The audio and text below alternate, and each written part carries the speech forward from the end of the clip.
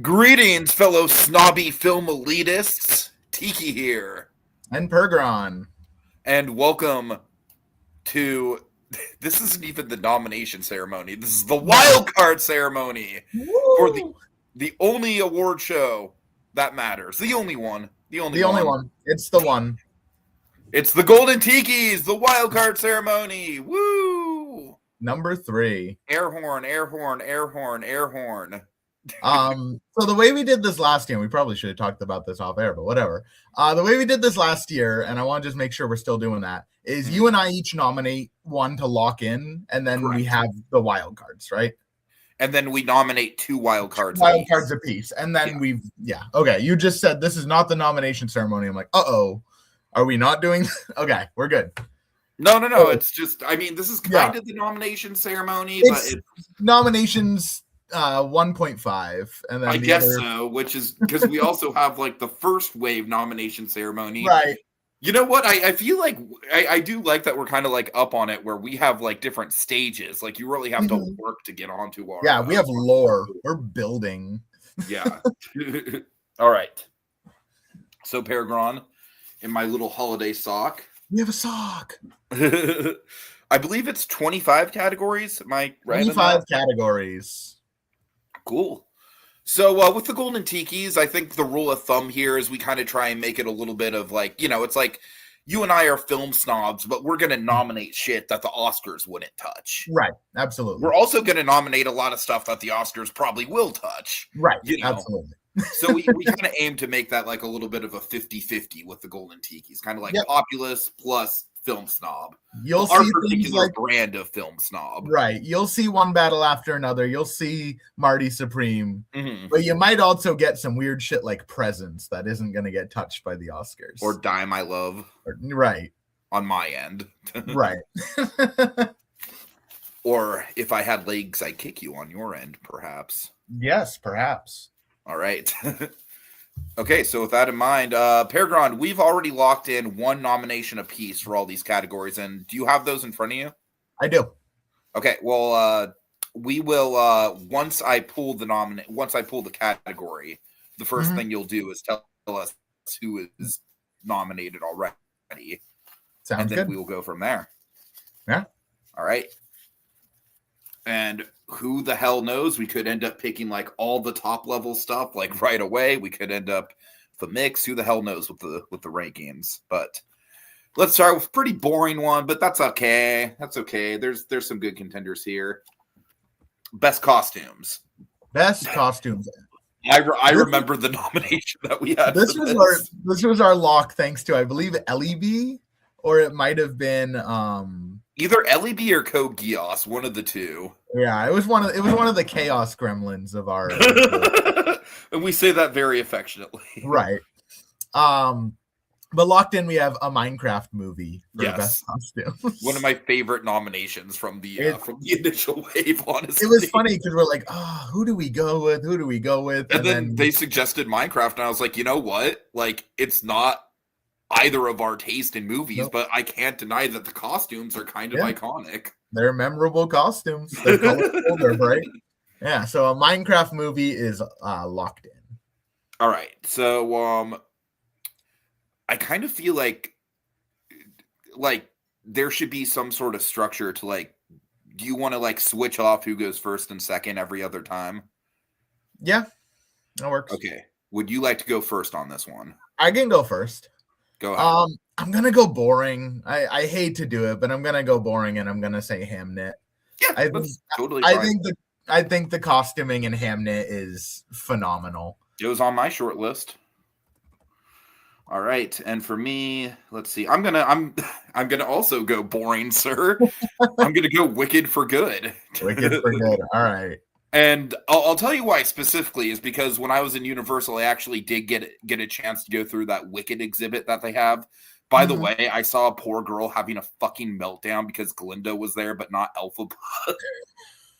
I was like, oh, that poor cast member. But no, I got to see a lot of the costumes in this movie up close, and like the detail on them is pretty phenomenal. So yeah, I got to go Wicked. That's fair. All right. We have Kogias saying the Minecraft thing was a joke suggestion of mine. Well, you know what? We took it seriously. We took it seriously. It's confirmed now. And then Little Blue says, let's see if a Minecraft movie gets an Oscar nomination. Would it be funny if the Oscars also nominated Minecraft for best costume somehow? No, the Oscars aren't nearly that fun and creative. All right, so wildcard, bitches. All right. So I'll do my first one. Okay. And I think, yeah. Okay. My first one, again, boring, but I gotta go Sinners. I gotta get Sinners in here. I think the costuming in there is also that reminds me, and I want you to keep track of this. Yeah. 15 max nominations for any given movie. Okay. And we already had the 7 Deadly Sinners, which we tiptoed around with the initial wave of nominations, which was legitimately challenging. Yeah. So that makes Sinners nomination number 8. So yeah, just keep track, keep tabs. Okay. Do we want to count wild cards, or do we want to count it when it's officially locked in? Because there's a good chance it loses here. Let's just count the lock-ins for now, but just kind of be aware of if the wild cards are getting stacked up. Yeah. Okay. That's all right. So let's see. Where do I want to go? You know what? I think I'm also going to go boring. I think I'm going to do Frankenstein. That's fair. That was also on my list. Yeah. All right. This leaves a handful, none of which I'm like crazy super passionate about. So I'm glad these are wild cards. But there's one that we threw around when we were talking about a lock-in, and I think I'm going to wild card it. I think I'm going to go with Friendship here. Okay. I like that. That big puffer jacket that Tim Robinson wears. Right, for sure. It's crazy iconic already. They make a joke about him only shopping at that one store. So I think that for a wild card, it makes sense, and I like it there. And then let's see. For me, okay, it's going to be between 3 of them. Mm-hmm. I'm leaning towards Begonia, but I'll kind of talk out the other 2 with you. 28 years later, I kind of feel like that's more of like a makeup sort of category. And then Eternity. I'm surprised Eternity didn't make my short list. So I would say between the 2 of them, though, I think Begonia. That's fair. Yeah. Okay. Let's lock in Begonia. Okay. All right. So the best costumes category is finished with. Oh no! I just deleted my numbers. There we go. With locked in official nominations: a Minecraft movie, Hamnet, and Wicked for Good.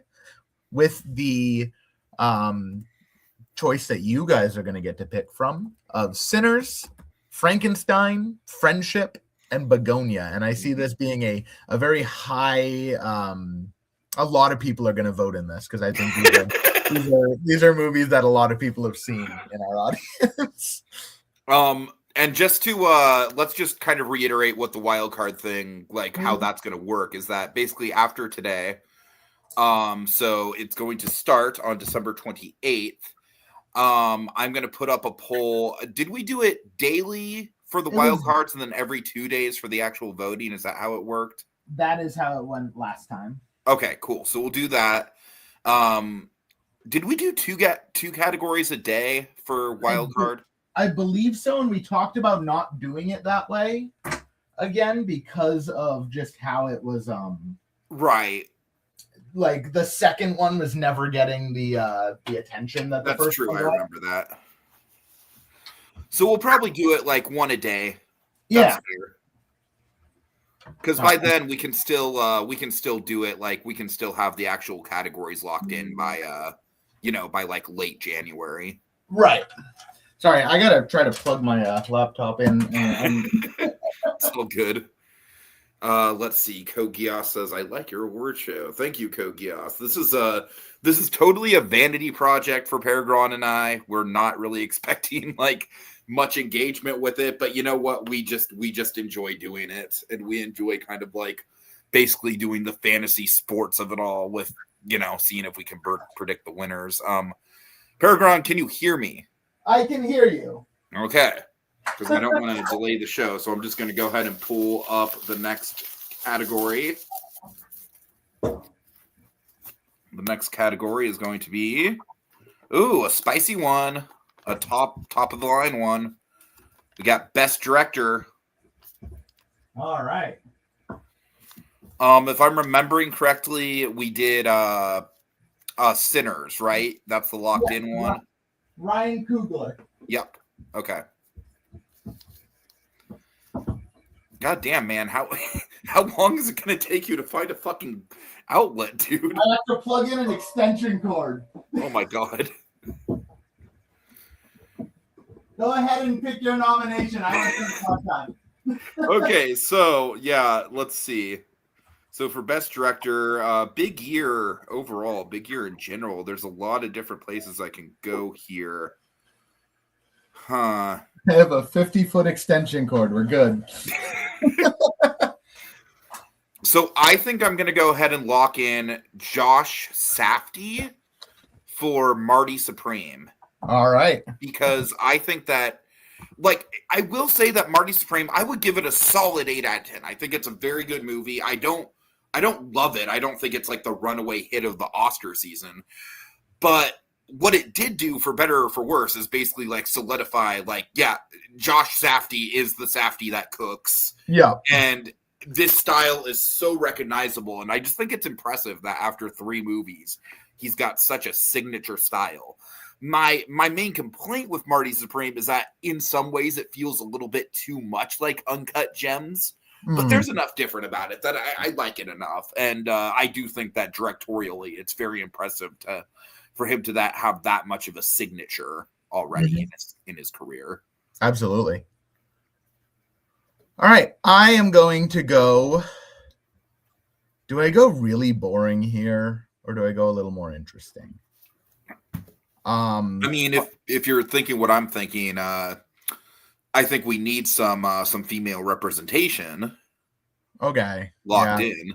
I'm gonna do Hamnet a second time then, and Chloe Zhao. That's fine. That's totally fine. I really liked Hamlet. We'll talk about this when we do our top 20s of the I didn't dislike it. I just think it's it's just not the type of movie that I'd ever rewatch. And for me, a lot of my enjoyment in movies comes from that rewatch factor. That's fair. So anyways, how you doing, Sonia Pantoja? Glad to see you. And also Hamnet, it does check the the female director box, and I would like to get at least one female director locked in. So I think that works. There we go. Okay, wild card 1 for me. I mean, I'm going to be boring, but I think I got to go Paul Thomas Anderson. I got to go PTA. Yeah. Just the most boring, basic bitch film pro. One of us had to do it.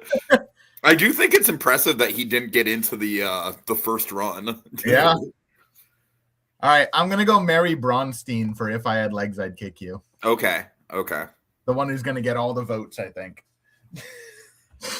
Right. I will throw one out that probably will get votes and probably not deservedly so, but you know what? God damn it. I think him making a movie at all is really impressive and inspirational for me. Let's get Stuckmanized, baby. All right. Chris Stuckman, Shelby Oaks.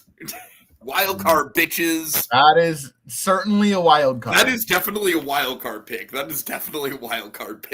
You know, I respect it, though. I liked Shelby Oaks. It's mostly for just the inspiration. It's mostly for God damn it, if he can do it, so can I sort of thing. That's fair. That puts me at a holy fuck. I have 4 that I want to give it to. Okay, really quick. You can determine that for a minute. I'm going to read out Sonia's comment here. She's saying, I'm doing great. I just went to Universal Hollywood for my 33rd birthday this year, and I also got a chance to see part 2 of Wicked for good at the movie theater. That's cool. That Fast and the Furious coaster that they're building at Hollywood, man.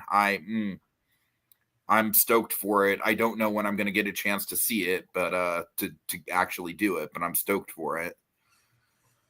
Okay, let's see. Kogia says, so far I've only seen 11 films of 2025. Of the films that you brought up, so far Minecraft is the only film that I've seen. You know what? I respect that, Kogias. We brought up some art house obscure shit so far. Jared Hess for Best Director. So I kind of want to run you through my thought process here. Okay.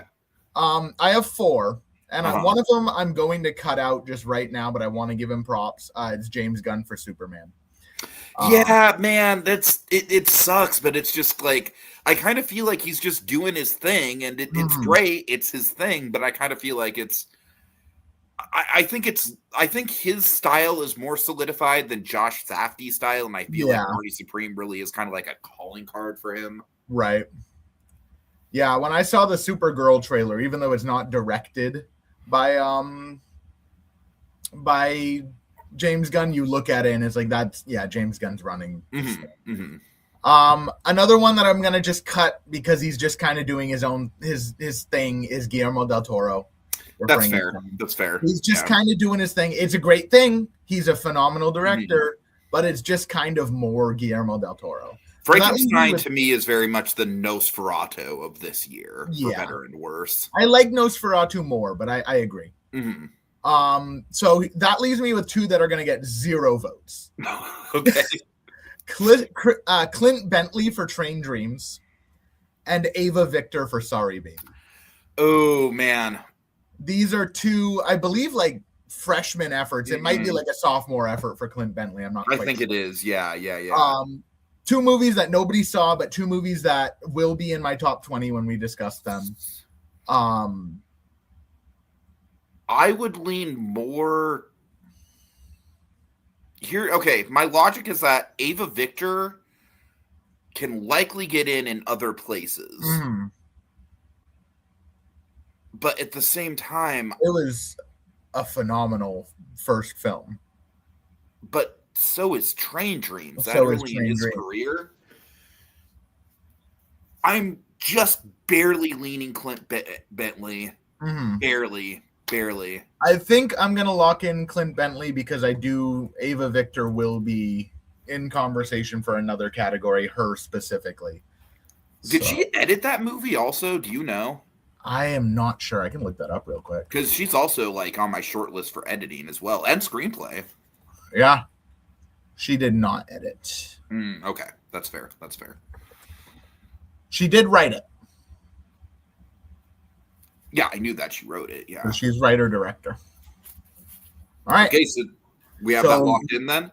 Locked in, we have Ryan Coogler for Sinners, Josh Safdie for Marty Supreme, Chloe Zhao for Hamnet, and then your the ones you guys are going to get to vote on, your wild cards, are PTA for One Battle After Another, Mary Bronstein for If I Had Legs, I'd Kick You, Chris Stuckman, you're going to get Stuckmanized with Shelby Oaks, and Clint Bentley for Train Dreams. So 2 movies everybody's seen, and then also One Battle After Another and Shelby Oaks, 2 kind of like obscure little numbers. Right. All right. So going back in the sock, we have.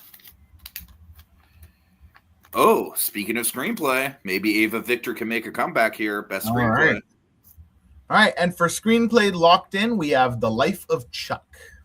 Oh, okay. I forgot that was the lock-in. All right. Yeah. All right, so I go first this time. You go first this time, yeah.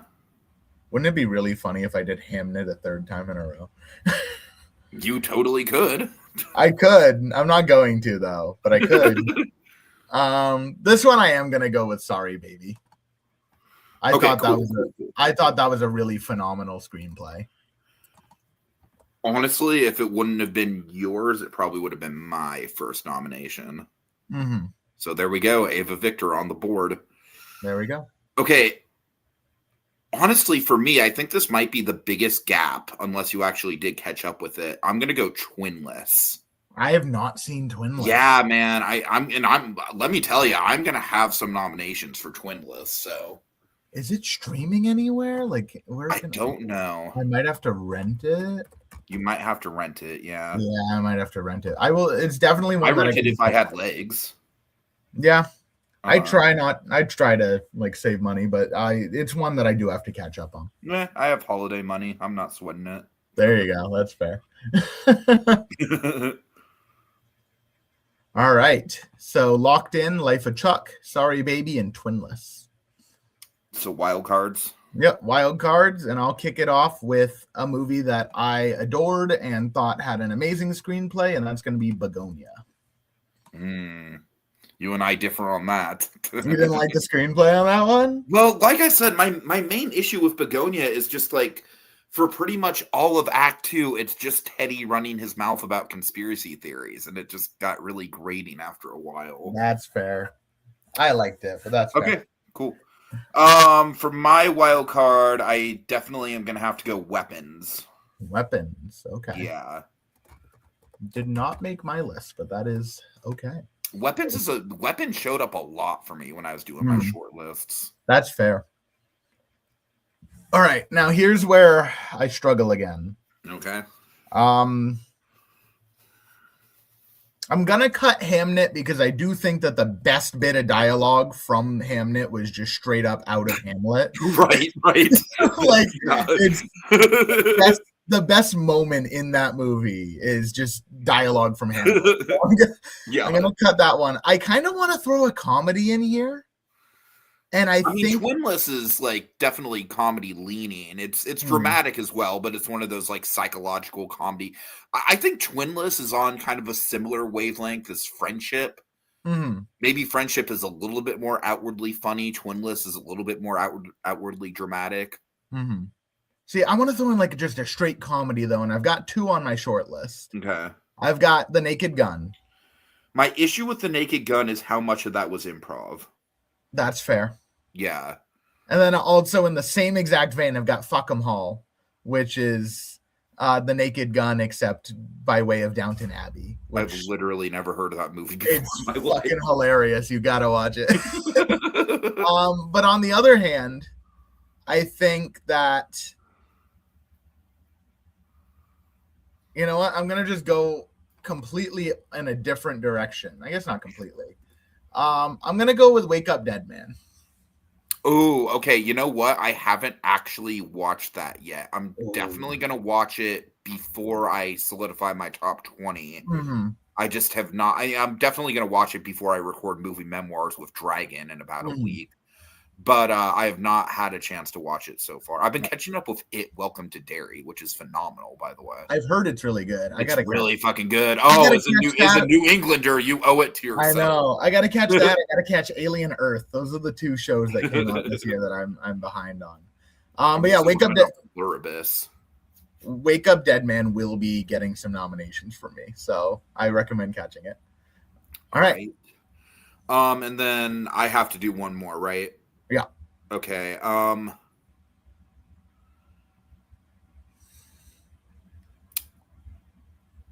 Okay. Right now, my 3 that I'm leaning towards.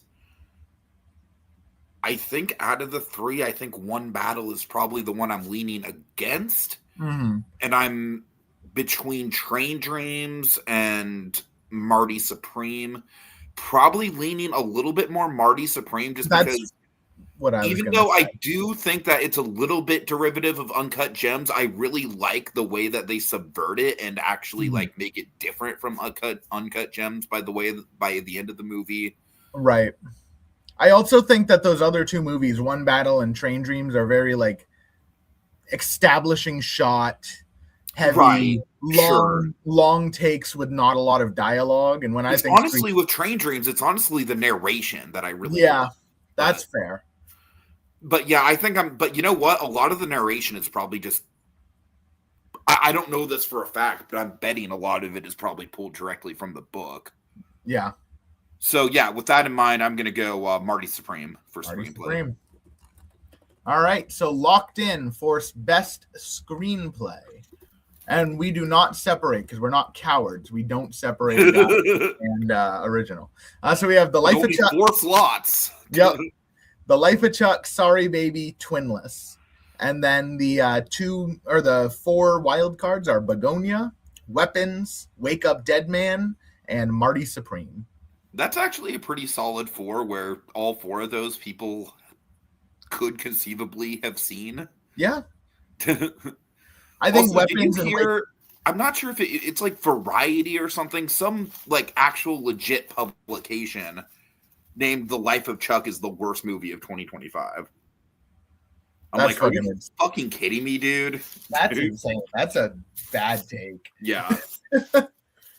All right. Next up, we've got. Oh, I know this is Best Picture because it's literally the only one that I wrote in bubble letters. Best Picture, baby. Best Picture. Just cracking it out right there. All right. You want to take a wild guess what we have locked in there? I think it's Sinners, right? It is, in fact, Sinners. Sinners is, in fact, locked in.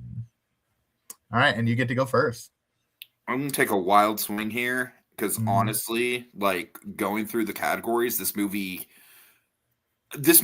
has grown on me. You might totally disagree with me, but for me, I honestly think it's grown on me throughout the year even more than Sinners has. I'm going to go Weapons. Weapons. Yeah. All right. That one did not even make my short list. So that's interesting. I'm going to go boring and just do Hamnet again. Love it.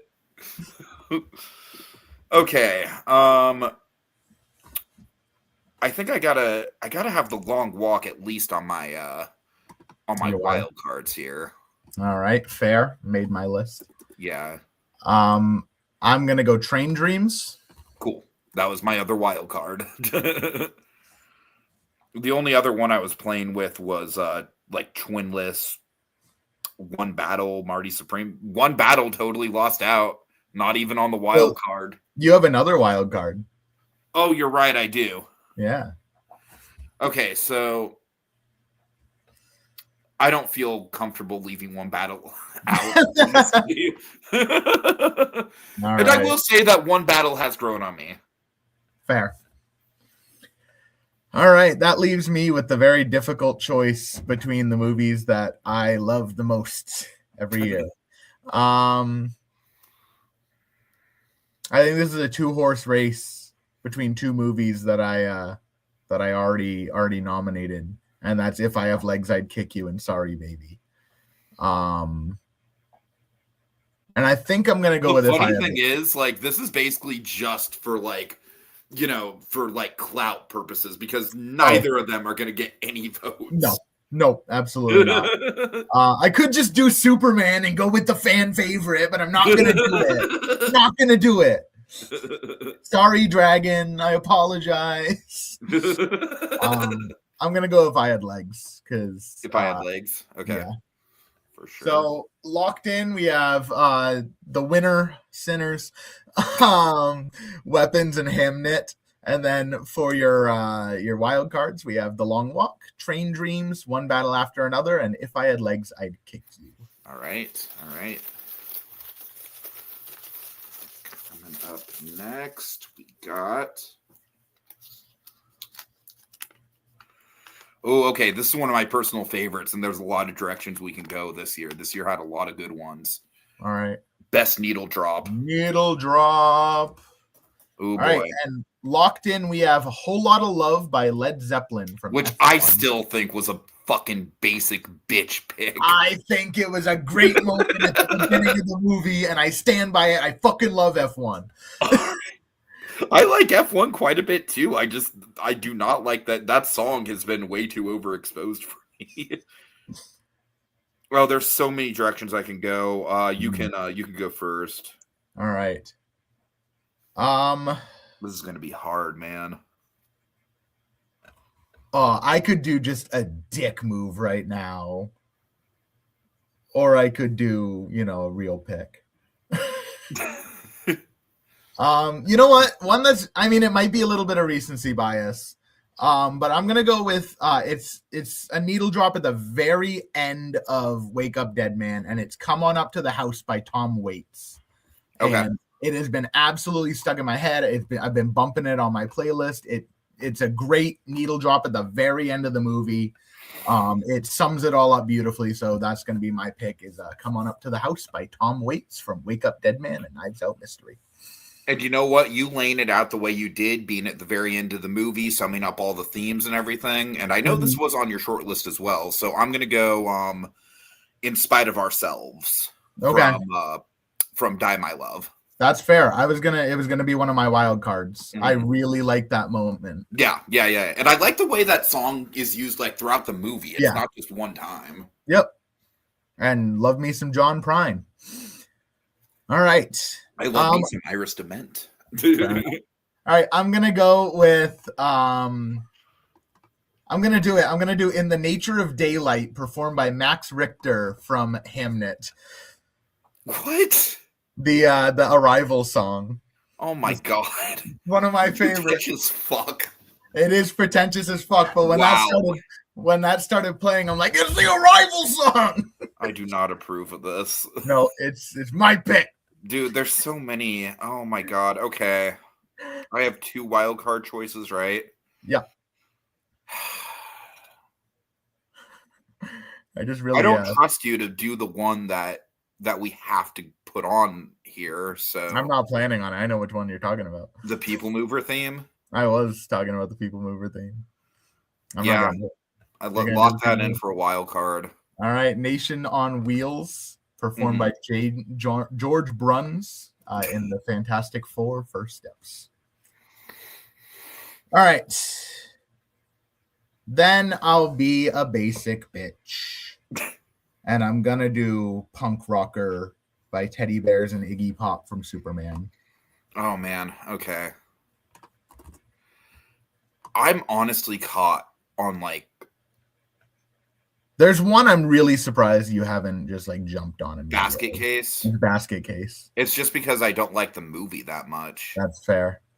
I didn't love Die My Love, but In Spite of Myself was up there. I also am leaning Dirty Work. You already picked a Superman thing, so I think 5 years' time be pretty irrelevant. You know what? I think just because of how it's used in the movie and the visuals that accompany it, which I think are fucking hilarious and such a signature of the director, I think I'm going to have to go Forever Young from Marty Supreme. Okay. That's fair. I was like, oh yeah, that was in there. The needle drops in that movie were... They gave me Baz Luhrmann. Really? A little bit. Yeah, where he's like... Well, just because it's out of time. Yeah, playing Doja Cat and fucking Elvis. Right. All right. So, Locked In. That was fucking brutal, dude. That was easily the hardest category so far. Yeah, a couple that I want to just throw out there that I didn't end up going with. Couple that I wanted to throw out. I really liked Nothing's Gonna Stop Us Now and The Naked Gun is like that comedic beat that they went for. Shout from Final Destination Bloodlines. Since we've had this discussion before, it's not necessarily a needle drop because they're performing it diegetically. They're performing it live, so that's why I didn't go with it.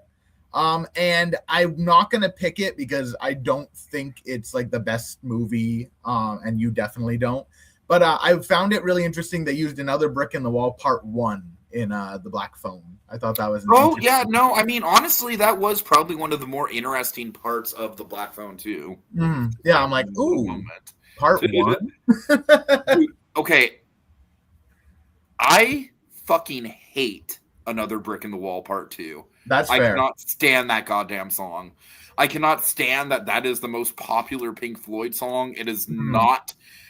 It does not represent that band in any way, shape, or form. That's fair.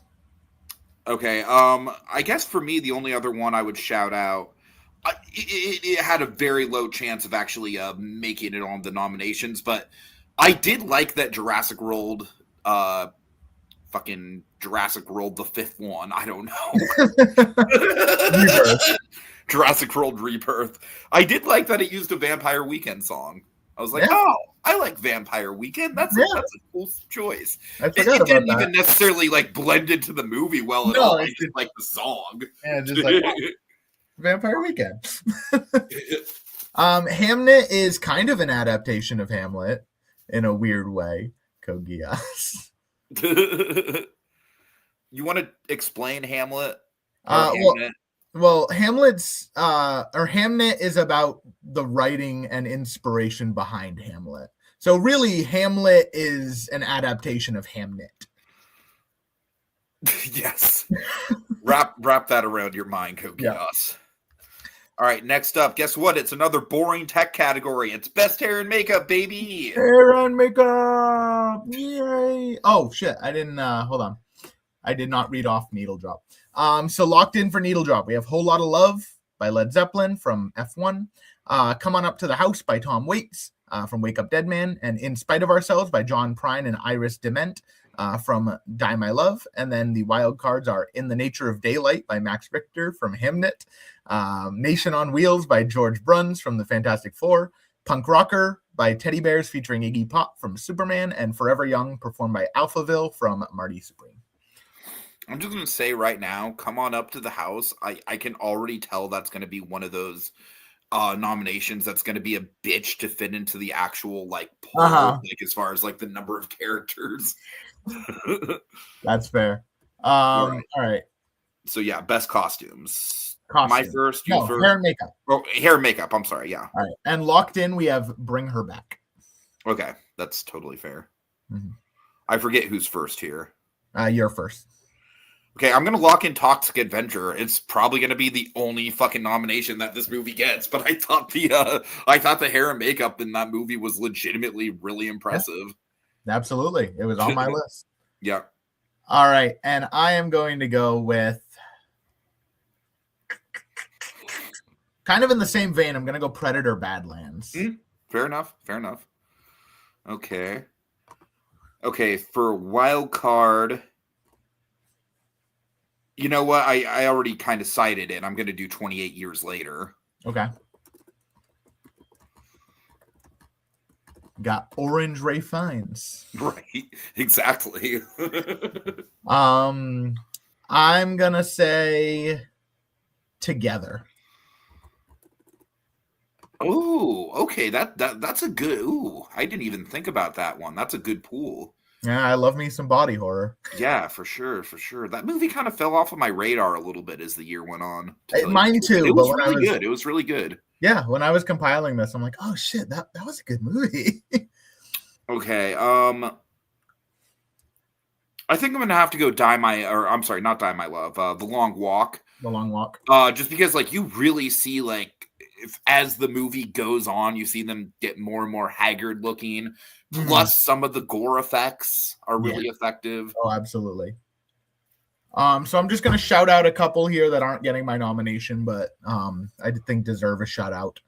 And that's going to be One of Them Days. It's a January release. Keke Palmer and SZA. I actually quite enjoyed it, and I think the hair and makeup there is pretty fucking phenomenal.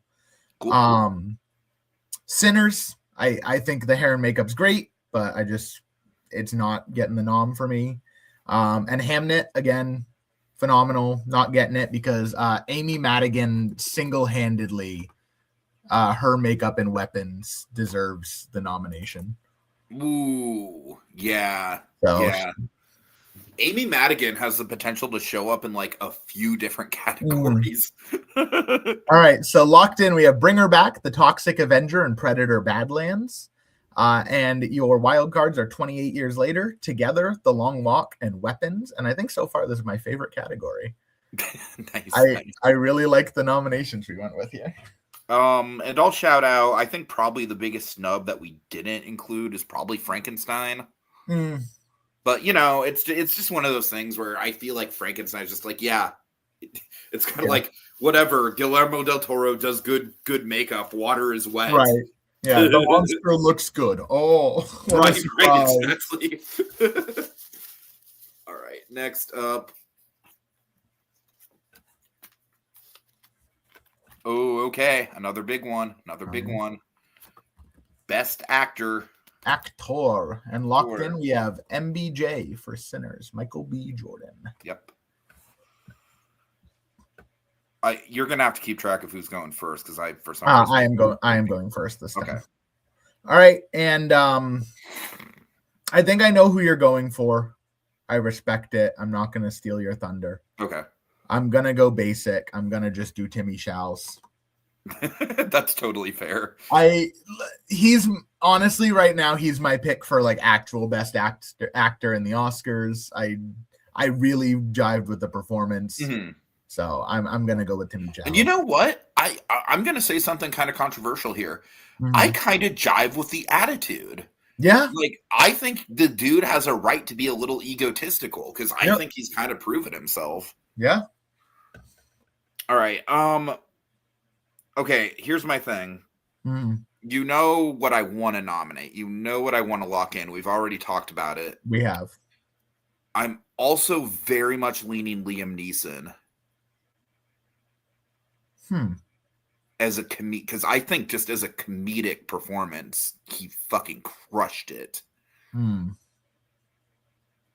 I agree, but I don't know that that's best actor for me. Just like when All right. So then we're gonna do the Long Walk duo, which is going to be Philip Seymour Hoffman, Cooper Hoffman, and David Johnson.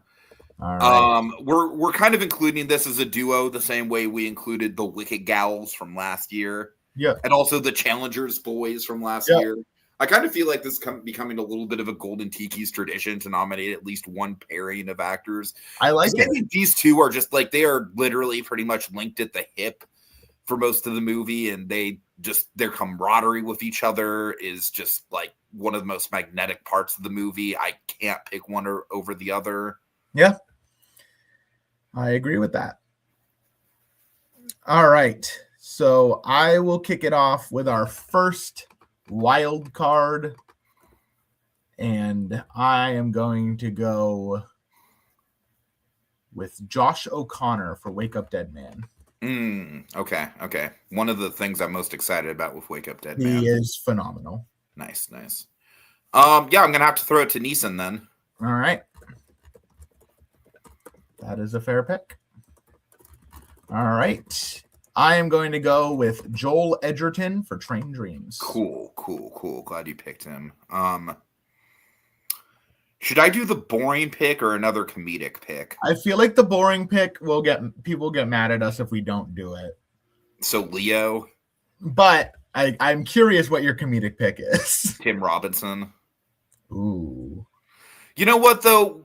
I love Tim Robinson, and Tim Robinson has become like a pretty major comedic influence for my own stand-up. Yeah. But that being said, he's basically just playing Tim Robinson. Yeah. So let's give it to Leo. All right. I want to shout out a couple that didn't get my nom, but I think deserve it. They just didn't. We don't have the room for them. Ethan Hawke in Blue Moon is phenomenal. I do think David Cornsweet is a perfect Superman. I just didn't think it is best actor. And then I want to throw something to you last year we had a bonus category of specifically for Sing Sing for how absolutely fucking terrible it is. Yes. I'd like to pitch to you a bonus category number 26 with an automatic built-in winner because I really almost put him in here. Best Boy and Indy the dog from Good Boy. Yes. That's category number 26. And you know what? I think I'm gonna make a last minute switcheroo here. Okay. A classic PerGron move. I think I'm gonna swap out Leo and put in Dylan O'Brien from Twinless. Okay. Because Leo's great, but he's always great. And in that movie, he's basically just like he's Leo. Yeah, like, and Dylan O'Brien, man, I think his performance in Twinless was fucking transformative, and there are a couple moments where he straight up broke my heart. And he's playing dual characters, too, so... Yeah, I gotta go Dylan O'Brien. That was a trend this year. It was a trend, yes. All right, Dylan O'Brien for Twinless. So locked in, we have Michael B. Jordan for Sinners, Timothy Chalamet for Marty Supreme, Cooper Hoffman and David Johnson for The Long Walk. And then your wild cards are Josh O'Connor for Wake Up Dead Man, Liam Neeson for The Naked Gun, Joel Edgerton for Train Dreams, and Dylan O'Brien for Twinless. I wrote that as Twinkless. We are going to fix that. That was a little Freud right there. Next up. Oh boy. Okay, another pretty big one. We're cracking out some of the top of the line ones. We got Best Supporting Actress. Supporting Actress. Oh boy. And locked in, we have Lucy Liu for Presence. And you go first. Yes. Yep. Yeah. Okay, let's see. I have confidence that you will do the right thing and nominate the other person who needs to be in this category. Okay. I'm going to go Judy Greer for The Long Walk. All right. Very limited screen time, but holy shit, she broke my heart every second she was on screen in that movie. That's fair. And the person you're talking about, of course, is Amanda Seyfried from The Housemaid, right? I have not... Dude, okay, I'm going to just say right now, as a political statement, I don't give a shit. I am not watching anything with Sydney Sweeney in it. That's fair. Because it was one thing with the jeans ad, and it's like, oh, maybe they could have taken it the wrong way. No, she has made it pretty damn clear. She's made it pretty damn clear where her stance is. So I'm not supporting Sydney Sweeney.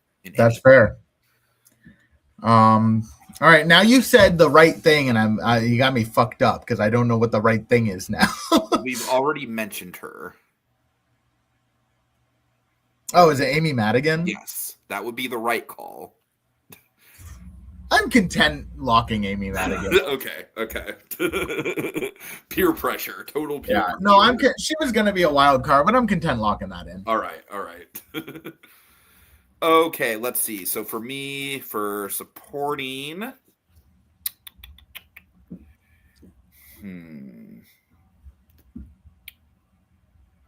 okay, some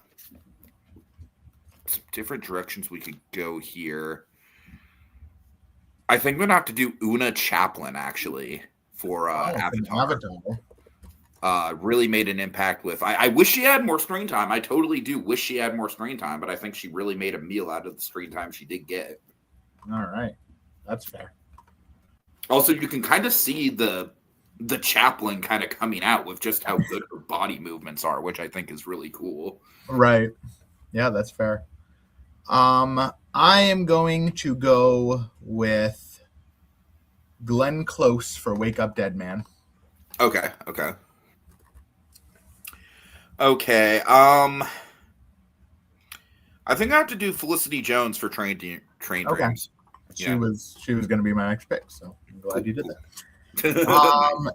And I am going to give all of my respect in the world to Chase Infinity for One Battle After Another. I'm going to give all the respect in the world for Teyana Taylor in that same movie. And then I'm going to lock in Wumi Mosaku from Sinners. Okay, remind me who she plays. She is Smoke's wife. Okay, right. Got it. That's a totally solid pick for sure. I don't remember what her character's name is. Annie, I think? Annie, yeah. Yeah. She made a I was between her and Haley Steinfeld. I think both of them are phenomenal in that movie. But Wumi Mosaku just kind of edged her out because I do think that she gets more moment to be a human, not a vampire. So Sure. I also had Teyana Taylor in my short list. Yep. I had Laura Dern from Jay Kelly, but she's just kind of just Laura Dern. Yeah, it's Laura Dern in Marriage Story, and it's Laura Dern. Right. And then honestly, I also it's had Laura Dern in The Last Jedi. I also had Rebecca Ferguson. I also had Rebecca Ferguson. Also Dynamite. Yeah, she was good. Okay, next up, let me tell you, supporting actor is going to be fucking brutal, as it always is. That one's always the hardest one. Yeah. I am not looking forward. I'm looking forward to getting it, and I'm dreading it at the same time. If you pull it, you should just set it aside and do it last. Ooh. Okay, no. Best ensemble cast. Ensemble. All right. So locked in, we have The Life of Chuck, which I do stand by. That movie's kind of made by its ensemble. All right, and I go first. So I am going to do the boring thing, but it's something you can absolutely co-sign, even though you haven't seen the movie, because you've seen the other two, and that's going to be Wake Up Dead Man. Sure. Ryan Johnson always pulls out an ensemble for these movies. All right, for me, I got to do The Long Walk, no question. Every single person in there, even like the more background characters, really shine. All right, I am going to start it off for our wild cards with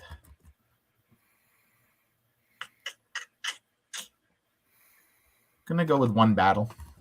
Okay, cool.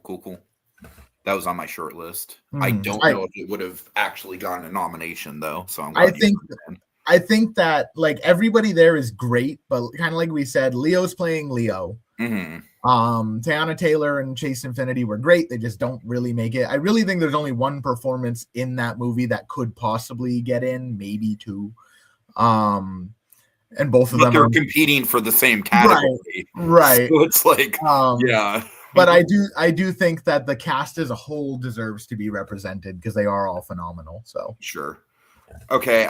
My first wildcard pick is going to be Superman. I just think James Gunn just hits it out of the park once again with the superhero casting. Everyone in there is cast impeccably well. Absolutely.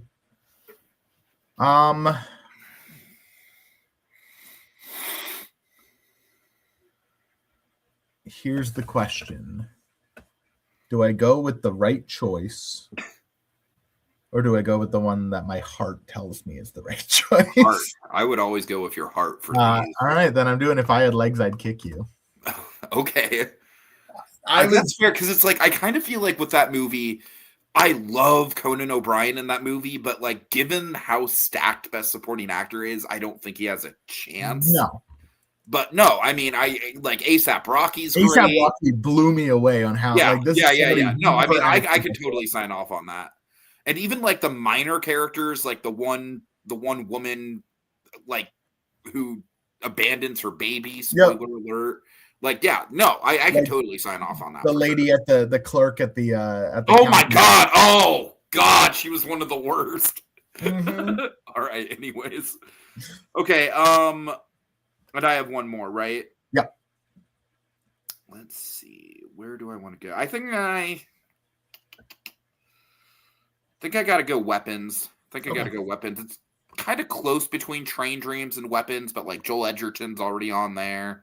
Mm-hmm. We got just Felicity Jones and supporting. So I'm gonna have to go Weapons.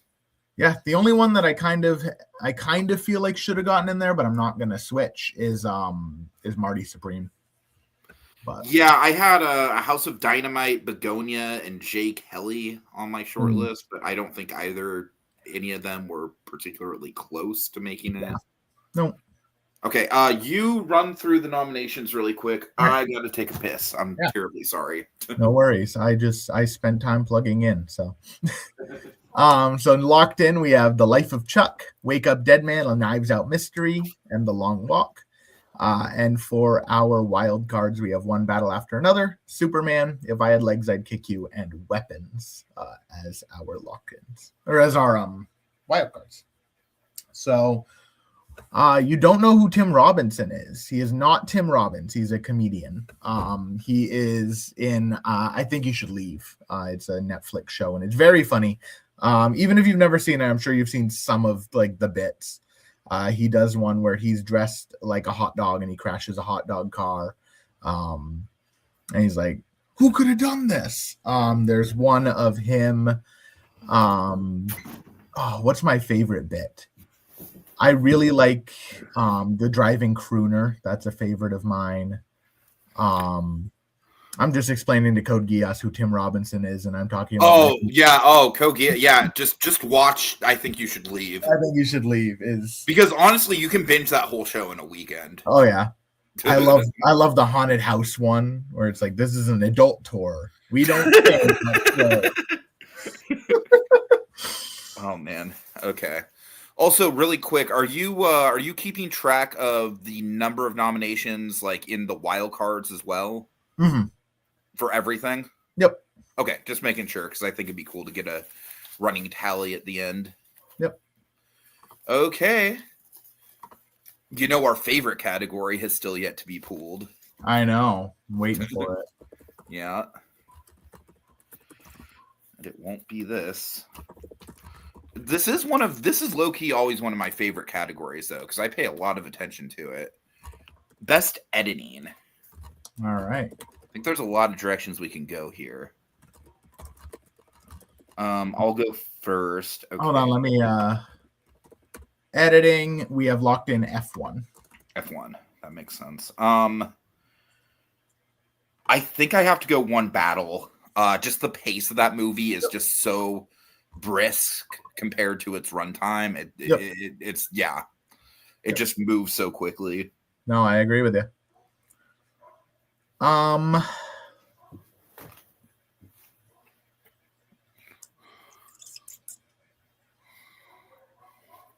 gonna do it again. I'm gonna give it to Wake Up Dead Man. Oh man, I wasn't expecting Wake Up Dead Man to be like the big power player. I love the way that movie, like you just rewatching it, you can see how like they hide things and like in plain sight. It's one of those movies you have to rewatch like 3 or 4 times, and you're like, how the fuck did they get away with that? And I didn't notice. So. Okay, I think the edit. Oh no! Boo! Tomato! Tomato! You're being Tomato! coherent. Editing doesn't get to be coherent. I'm sorry, Kogias. I love you, but no, Brave New World is not getting in. I'm sorry. I don't mean to be a dick about it. Your opinions are valid, but all right. I'm gonna have to go House of Dynamite. House of Dynamite. I didn't necessarily love the ending, but I do think that everything really did come together very well in the edit. Fair. I am going to go with Marty Supreme. Yeah. Basically one battle 2.0. Yeah. As far as the pace of it. Yep. And for my other wild card, I think I'm going to have to go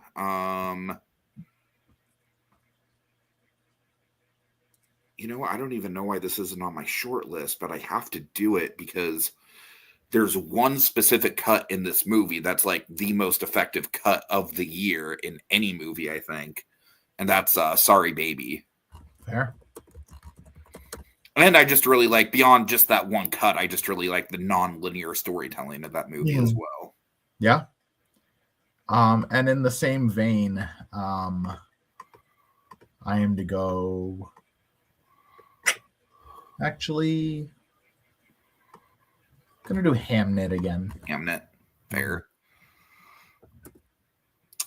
All right, but I mean, The Long Walk didn't get in there, which I actually think is kind of surprising because I do think there are a lot of elements of the editing of that movie that I really like.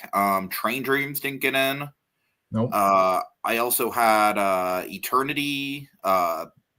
The Naked Gun is a comedy pick. So, yeah, quite a few snubs there. Yeah. All right.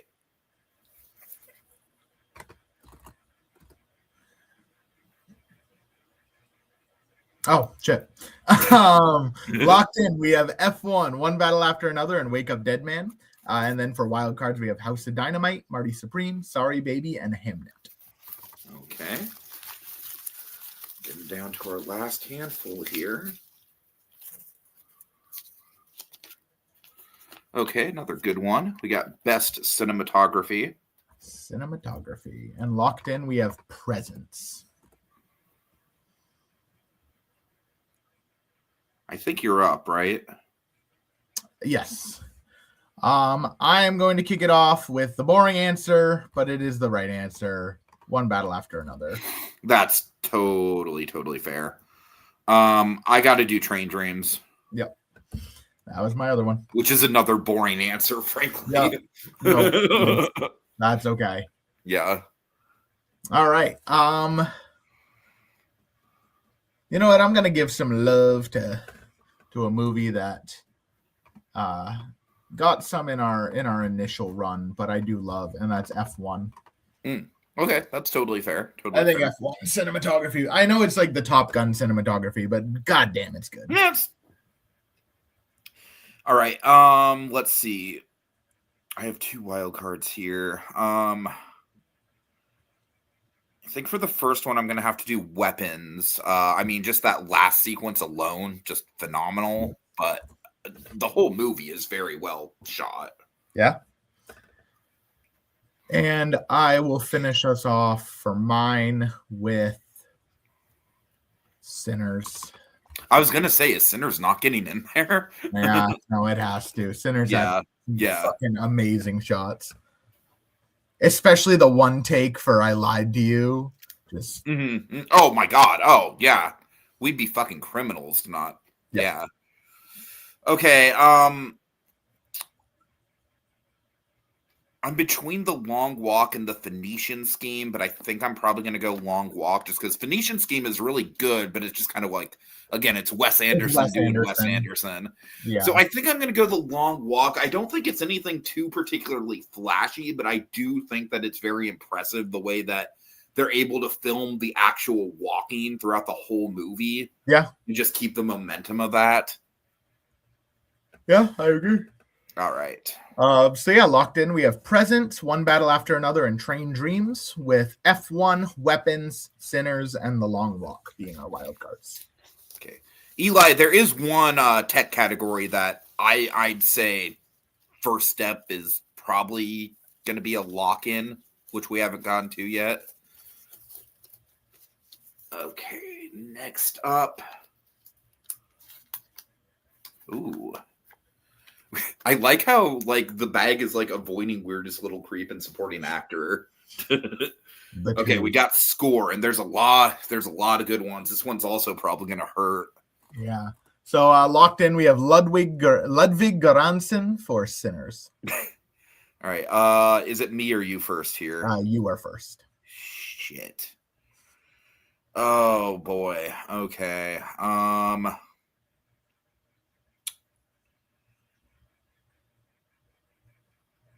Okay, fuck. Like already I'm like and you know I'm gonna do some fuck shit too. Like that's the thing about you going first. You're like, oh fuck, Colby's gonna do some fuck shit. It's gotta be One Battle. I'll go the boring pick, but it's gotta be. That's fair. Johnny Greenwood, One Battle After Another. Yeah. All right. I'm not going to do my fuck shit quite yet. It will be coming, but I'm not going to do it quite yet. I'm going to go with Bryce Dessner for Train Dreams. Okay, good. That was the other one I was debating between. So, All right, we're on the same page there. Yep. No. I like how Train Dreams and One Battle are just our default boring picks. Okay. Fuck. I'm kind of, at this point, I'm honestly kind of leaning towards a movie that I don't love, but I did really love the score. Mm-hmm. I think I'm going to go for it.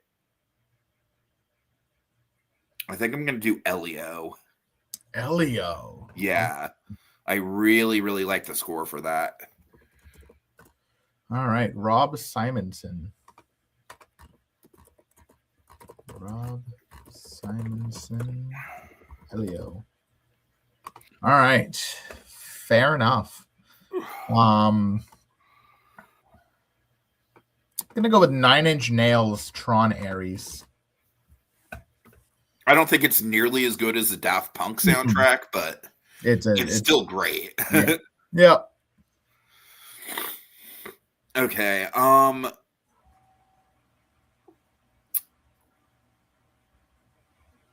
Okay, honestly, I'm between The Long Walk and First Steps. Okay.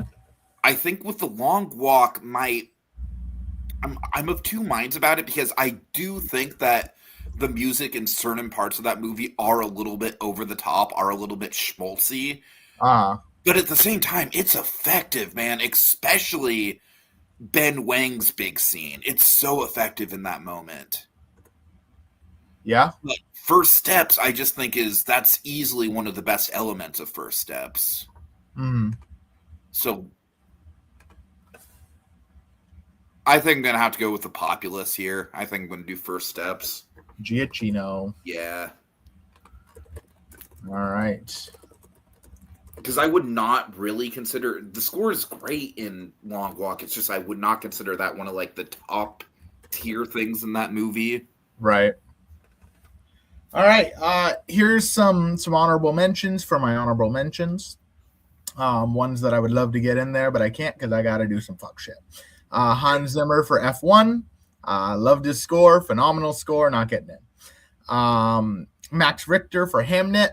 I gave you Needle Drop. Fuck out of here. Daniel Lopatin for Marty Supreme. Great score. Not getting in. That was probably like going to be my third pick. Yeah. Because I'm gonna go with something you've not watched. I wouldn't have watched if I wasn't trying to jam in as many movies as I can for the year, and if my friend didn't make me watch it. Oh God. But I really, really like the score to an anime movie. Oh no. Okay. So I'm gonna go with Kensuke Ushio for Chainsaw Man the movie Reze Art, which genuinely there is a scene in a pool where the fucking score had me emotional, dude. Oh damn. I'm like, no, I don't like this. Why do I like this? All right. That movie was shockingly enjoyable. I'm gonna have to watch the show, and I hate my friend for making me do that. Oh no. Because I'm like, and then this besides is Long good. Walk, the two that did not get in for me that were on my short list were Life of Chuck and Twinless. Mm-hmm. All right, so locked in, we have Ludwig Göransson for Sinners, Johnny Greenwood for One Battle After Another, Bryce Dessner for Train Dreams. And then your wild card picks, we have Rob Simonson for Elio, Nine Inch Nails for Tron Ares, Michael Giacchino for The Fantastic Four, and Kensuke Ushio for Chainsaw Man the movie. Okay. And I'm going to go ahead and put this to the side. My love. Yeah. All right. Next up, we got. All right. Best stunts and choreography. All right. And locked in, we have Mission Impossible because. Obviously. Right. All right. And I go first. I think so. Yeah. I am going to lock in. This is a tough one. Do I go the choreography route or do I go the stunts route? It's kind of that was kind of my dilemma with this. I'm going to do the stunts route and go with Sisu Road to Revenge. Oh shit! Okay, I totally forgot about that, and that's a really good pool. Okay. I'm gonna go the choreography route, and I think this movie legitimately did have better choreography than Wicked for Good, even though I don't think the movie itself is better. Mm-hmm. And that's Kiss of the Spider Woman. Yep, made my list. All right, I'm just gonna give Sinner some love here. Fair. For wild card, there was stunts and there was choreography. It was all good. And for my wild card, I think I'm going to have to go F1. F1, fair. Also made my list. Yep. Yeah. For my second one, I'm going to go with a movie that literally its second act is a giant dance number, and that's The Life of Chuck. Oh, shit. Oh, that's a good pool. I totally forgot about that. Literally, the second act of the movie is just a dance number. Right. Okay. Some of the other ones I had were Wicked for Good, but honestly, Wicked for Good, the choreography was kind of disappointing in that movie. Yep. It's literally just people standing around singing at each other for most of the movie. Yeah. Other than like the one number with the wizard, there was like very little. Oh, that number fucking slapped. That's easily my favorite song in the whole movie. Mm. And then I also had 28 Years Later. I had Weapons, but I honestly wasn't sure how much of that was CG. Yeah. And then kind of the same deal with The Naked Gun. I'm not sure how much of that was special effects. Right. So, all right. You got one more to pick, though. Wait, do I? Yep. Oh. Okay, do you have a wild card? No, I already did my 2. You have 1. Oh, fuck. Okay, my bad. Jesus. Okay, let's see. Yeah, you're right. No, I did. Oh, You yeah, did okay. F1. I did F1. Okay, my bad. Well, out of the ones I listed, I think probably the one that's the most viable, probably 28 years later. Would you say, is that fair? Yeah. Okay. I'm surprised One Battle didn't get in and Marty Supreme, but Yeah. fair enough. I also heard that what is that movie where it's like the couples on the vacation together, and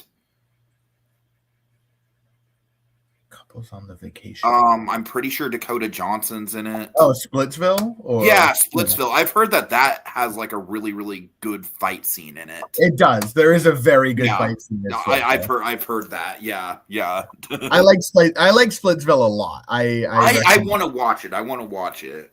I enjoyed it a lot. Of the 2 Dakota Johnson movies this year, I liked it the most. I think it's funny that you had Splitsville and I had Twinless. I think those 2 movies kind of mirror each other. Yeah. Okay, so what's that bring us to? All right. So stunts and choreography locked in. We have Mission Impossible: The Final Reckoning, Sisu: Road to Revenge, and Kiss of the Spider Woman. And our wild cards are Sinners, F1, The Life of Chuck, and 28 Years Later. Okay. All good picks. All right, and I go first on this one, right? Yes. Okay, next up we got, oh boy, one of the big ones. Wait, did we? We have not done director yet. Yeah, we did do director. Yeah, that was the second one we did. Okay, I'm sorry about that. I don't know how that got in there twice. We're going to do it again. Best Director 2. Oh, God. Oh, okay. This is a spicy one specifically because the animated films this year were bad. And it's not the best animated film.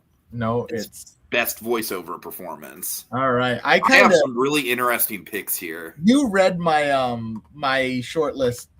Do you agree with my assertion that Avatar, Fire and Ash can get in for voice performance? I have Zoe Saldana on my short list. Okay. I have Una Chaplin as supporting actress specifically because I think she uses her body more memorably. If that makes sense. That's fair. All right, and you go first. Okay, I gotta go Will Patton, who is the narrator of Train Dreams. Okay. I think he fucking makes that movie. I agree. And I'm going to go Danielle Brooks for The Bad Guys 2. What? I really like her. Is she really that good that she deserves a full, lock? I liked her performance. I think of all, the animated movie performances, I did not love The Bad Guys 2. Yeah. But her performance as whatever the fuck the character's name was, I did really like. All right, whatever. It's fine. Looking at the rest of my list, there's nobody here that I would lock in. So her over Offerman? I thought Nick Offerman's could have been cut, honestly. I think he could have been cut out of Life of Chuck, and I would have been fine. Oh, I disagree with that. Okay. Okay, so my wild card, fuck you. It's going to be Nick Offerman. All right. I don't know. I think he was almost as pivotal to the tone of that movie as Will Patton was to Train Dreams. Maybe didn't quite have quite as many lines as Will Patton did, but I still think he set the tone really, really well. That's fair. I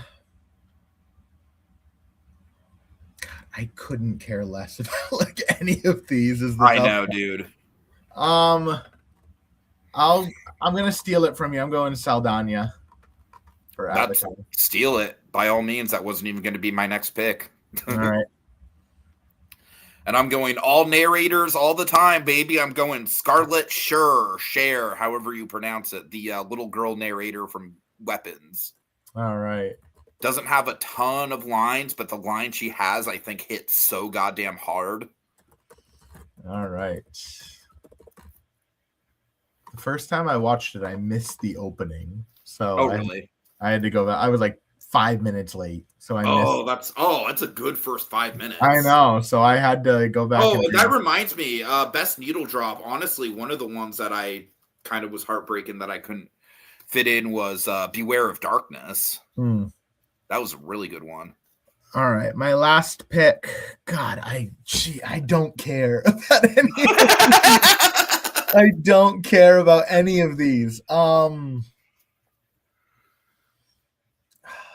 Patrick, you know what? Can I throw out a wild card? For you? Okay.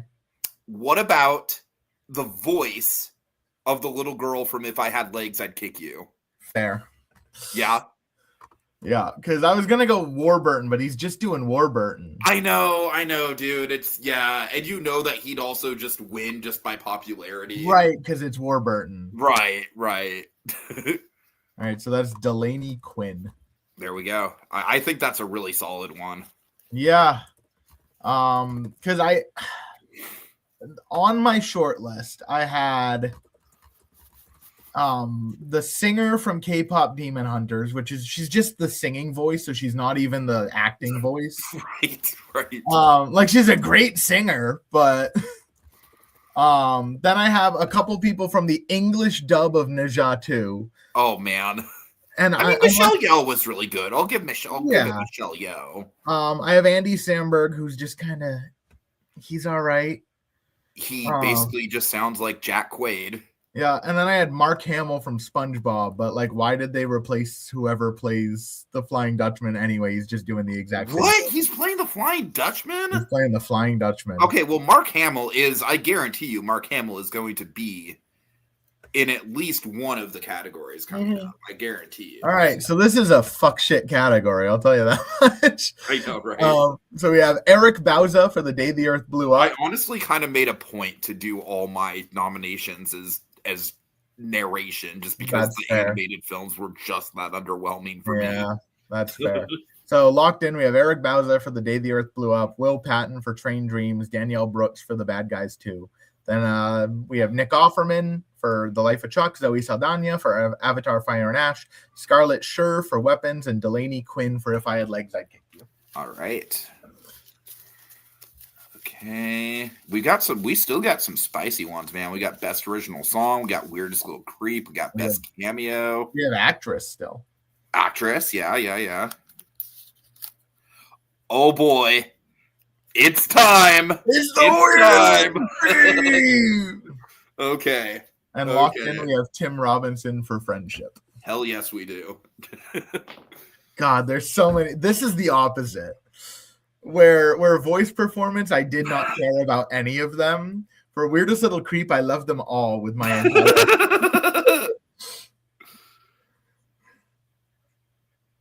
All right, I'll go first. Yes.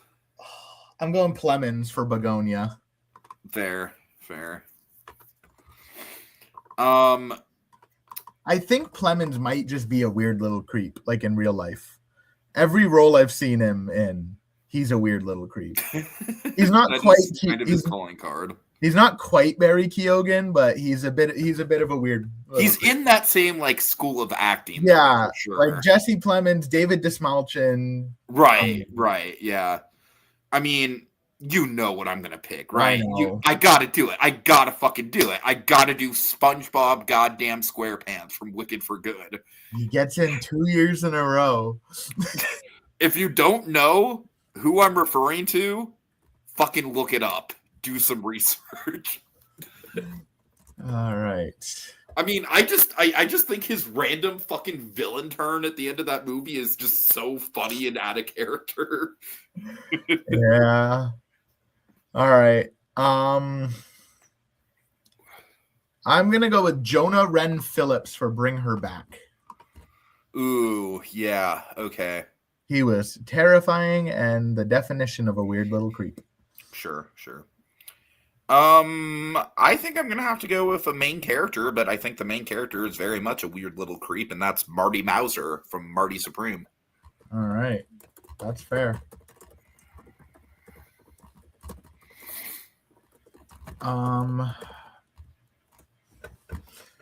All right. Do I do some fuck shit here? I kind of want to.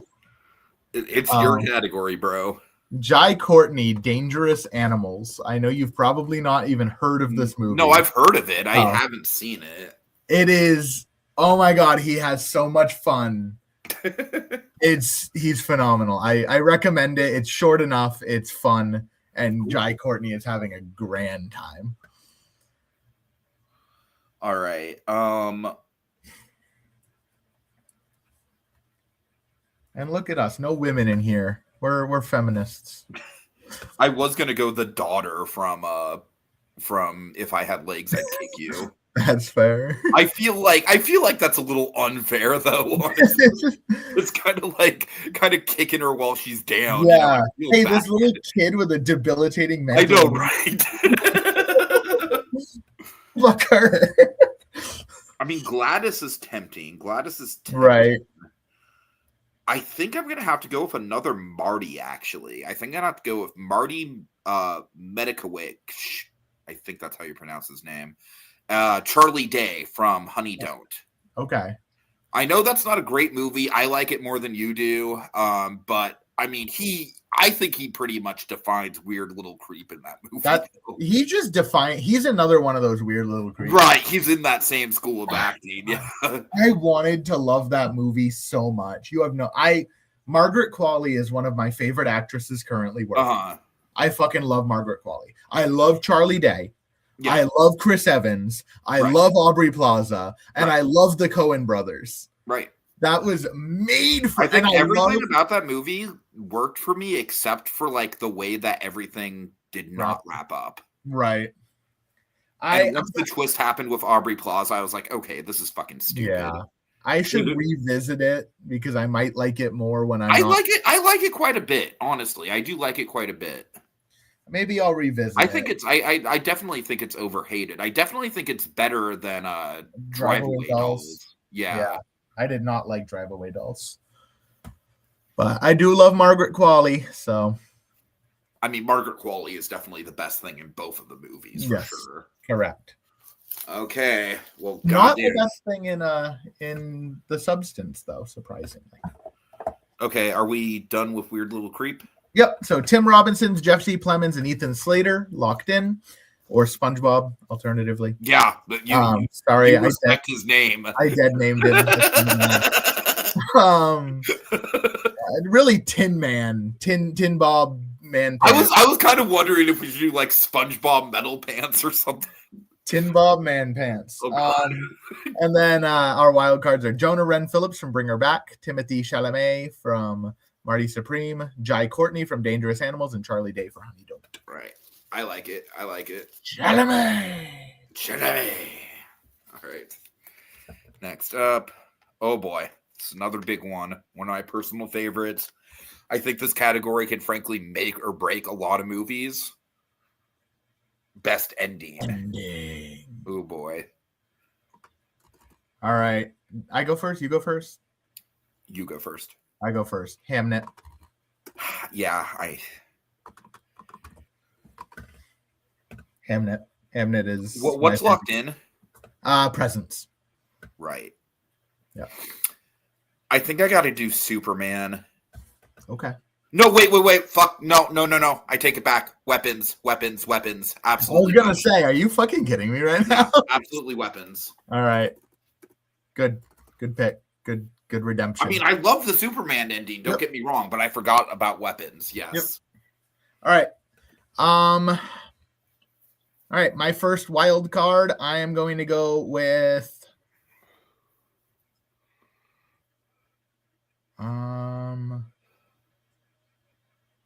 All right, I mean, yes, I would say the ending of Thunderbolts deserves to be on there over Brave New World, my guy. I'm going to do a boring one and a fun one, so I'm going to start it with Sinners. Okay, I still don't agree with that. I feel like it's creative the way that they do it. I just think that it's almost a little bit muddy, like what technically counts as the ending. I guess I count the post-credit scene. Yeah, I guess. Yeah. That's the ending. You still haven't seen Thunderbolts? I mean, I don't think it's a great movie, but I think it's a pretty good movie. It's my favorite Marvel movie that came out this year. Yeah. I mean, they were all various levels of mid for me Yeah, personally. no, I agree, but it's still my favorite of the three. Yeah. All right, you get your first wild card. Okay, Is this where you put Superman? maybe. Yeah. Oh man. Oh, there's a few. There's a few, dude. This is gonna be hard. You know what? I don't trust you to nominate it, so I'm gonna have to nominate it. I gotta go Train Dreams. I was actually going to nominate it. Were you? Okay. Yeah, well, that's okay, because now I get to do a fun one. All right. I get to do Final Destination Bloodlines. Oh yeah, that's fun. That is fun. Yeah. Okay. Let me talk you through the ones that I'm considering. Obviously, I'm considering Superman. That's probably the front runner. Mm-hmm. The Life of Chuck. I mean, that's a big one. Is the ending the beginning, or the beginning the ending? I mean, what's the end? What's the ending, Tiki? it's the last bit in the attic. Yeah, no, that was a great scene. Okay. Twinless, which you haven't seen. I love the ending, but it didn't slap me in the face. So it's no challengers. Right. I mean, Begonia, I'm honestly kind of surprised you didn't consider. I'm not going to consider it either because I think it's a little too esoteric for me. It's too esoteric. Like, yeah. I love esoteric. We know this about me, but by the end of it, I'm like, oh, there's Yorgos. There he is. The whole movie. I did like the ending of Die My Love, but I feel like it's already represented through Best Needle Drop, so we don't really need to have that. Mm-hmm.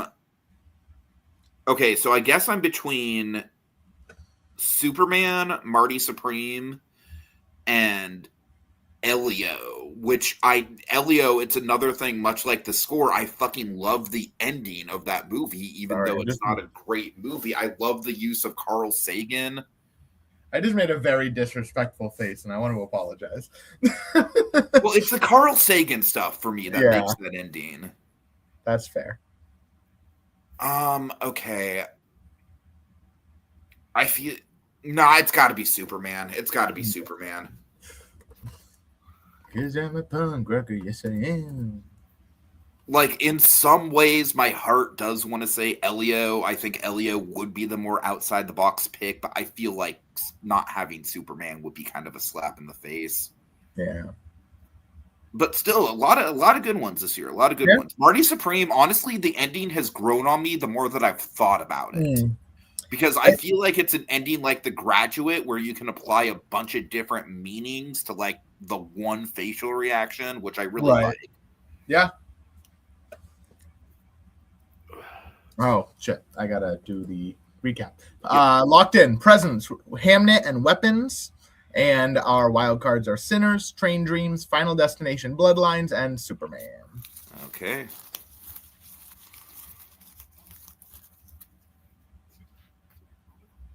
Okay, I lost the Best Supporting Actor slip, but we know we're going to do that last.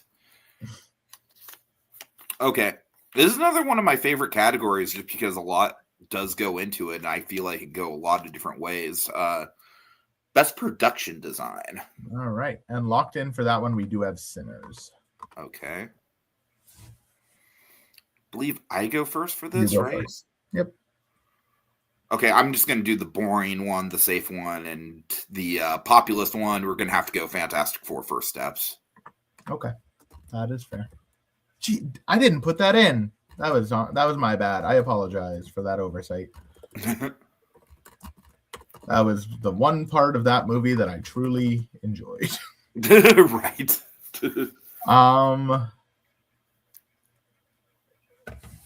Does it count if you're just in the woods? What, Train Dreams? Yeah. I have Train Dreams in my short list. I'm going to put Train Dreams then because it's fucking gorgeous. I understand the dilemma, but yeah. All right, this is another boring one, but I do think it's easily one of the highlights of this movie, and that's going to be Frankenstein. Fair. It's on my list. Mm-hmm. I'm going to go with one that is all digitally created. Oh, and that's Avatar: Fire and Ash. yeah, that's an interesting pool for sure. I can respect it. Like they still have to design the entire look of everything. They still have to come up with like sets and everything. So I think it's okay. I could go a lot of different directions here, honestly. And honestly, I'm not terribly locked into any of these. So we'll just run through the ones I'm thinking. Wicked for Good, I feel like that's kind of a boring pick, and I feel like they're the same sets from the first movie. Right. Superman, but I kind of feel like Fantastic Four just sort of did it better. Yeah. Begonia is one that I'm actually. How do you feel about Begonia? It's kind of a one setting place, but they But the thing is, it is a one setting place, but that one setting, they get so much use, kind of like how I had production design as with the runaway smash hit from last year. I fucking forget the name of it, the stop motion movie. Yeah, Memoir of a Snail. Yes. It's kind of like that. That's kind of my mentality. You know what? I think I'll probably Marty Supreme's really good, but it's just kind of like I've seen other period production design that's more impressive. I think I'm gonna have to go 28 years later. Okay. Just a lot of real building in that movie. I'm excited for the Bone Temple and getting. Oh yeah, for sure. So, all right, I've got a couple too I want to run through here. Okay. One is Hamnet. I mean, they reconstructed some old buildings. They made the what is it? The Global Theater, the famous theater in England. I mean, it's phenomenal looking. The shots in the woods are amazing. But at the same time, I think that presence was real. Like they had to make that house so that the camera could slide through it. That's really impressive. But I'm kind of leaning Wake Up Dead Man because they constructed an entire church and it feels very like Gothic Catholic, and that's what I'm going to go with. Okay, I mean, yeah, I would definitely take out Presence just because I would consider that more cinematography, and it's already locked into cinematography. That's fair. So yeah, if you're feeling Wake Up Dead Man over Wake Up Dead Man, yeah, it's a beautiful. Like I'm excited to hear your opinions on that movie. I'm kind of hyping it up a lot right now by nominating it. You know what? I'm just gonna say this. I did actually start watching it. It's a slow start, man. Yes, it is. It takes about 40 minutes for Benoit Blanc to show up. Right, which I am really thrown off by. I'm about 20 minutes in, and then I started watching Welcome to Derry. I mean, yeah, I'm sure that it gets better, but I'm just like, okay, like, yeah, it is a slow start. But all right, that's fair.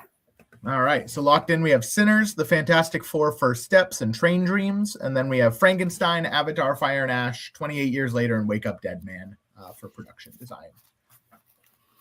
Okay, if I'm counting this right, we have like maybe 5 or 6 more. We have 1, 2, 3, 4, 5, 6, 7. We have 7, but that includes supporting actor. Supporting actor, yeah. Okay. Next up, oh boy, another fun one. Best cameo. And locked in, we have Bryan Cranston and Tom Hanks for The Phoenician Scheme. And I go first. And I am going to go with, because neither of them made your shortlists, I'm not going to nominate the Superman people in the lock-in. What Superman people would even be considered cameos? I guess Supergirl. Yeah, Supergirl and Peacemaker. Okay, you know what? It's funny. For some reason, I assumed that Peacemaker was our nomination. No, it was Cranston and Hanks. Right. I mean, if it helps at all, probably slot Peacemaker into my short list then. Definitely not Supergirl, but... I was actually leaning more Supergirl anyway. I think for my lock-in though, I'm gonna go with a moment that I really remember, and that's Dismalchin from Life of Chuck. His very brief scene sticks with me. I just the way he delivers. They got rid of Pornhub, man. Is just fucking hilarious. Do you know how sick that is? Oh God. All right. Guess what I'm gonna nominate. Are you gonna go with Jojo Rabbit? Yes, I'm gonna go with Jojo Rabbit. Jojo Rabbit, hell yes. Roman Griffin Davis. For no, don't dead name him. Jojo Rabbit for Jojo Rabbit. Because it's just, I mean, you like his impact in the movie is fucking phenomenal for having like 5 minutes of screen time. It's like they use him so well. Yeah. All right, my first wild card is going to be Weird Al Yankovic for The Naked Gun. Totally fair. Totally fair. Okay, I'm going to have to do the Penn Jillette for Marty Supreme. Yeah. Who did he play? I know he was played in the it. Fucking farmer. Oh, that was Penn Jillette? Yes. I saw his name and I'm like, I know. Penn Jillette. That's crazy. I did not know that. It is. It's an unhinged role too. Yeah. I was like, wow, that was Penn Jillette? Yeah. I knew he was in it, but I thought he was like gonna just be like an announcer or something. Mm-hmm. All right, my other one, I could do Millie Alcock for Superman because I do like that Supergirl cameo. I could go with my boy Robert Irwin for Zootopia 2. He already won Dancing with the Stars. He's fine. Or I could do one that you're going to get mad at me for. But I do think his performance was arguably one of the best in the movie. So I'm going to go with Noah Jupe for Hamnet. No. I'm not going to get mad at that at all. Absolutely not. Absolutely not. No. I thought totally valid. Yeah. Noah Jupe, who plays Hamlet in the play. He plays an actor playing Hamlet. I thought you were going to go with like, when you said I would get mad, I thought you were going to go with like a random like fucking NASCAR driver in F1 or something. I would have been pissed about that. Okay. Okay, I'm between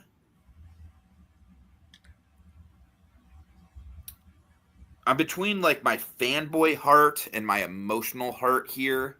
Mm-hmm. My fanboy heart is saying Kevin Flynn. As messy as the movie is, I do really appreciate that segment with him, and I also really appreciate the fact that like I don't even get why he's back in like the old school Tron role, but he's there and it's cool.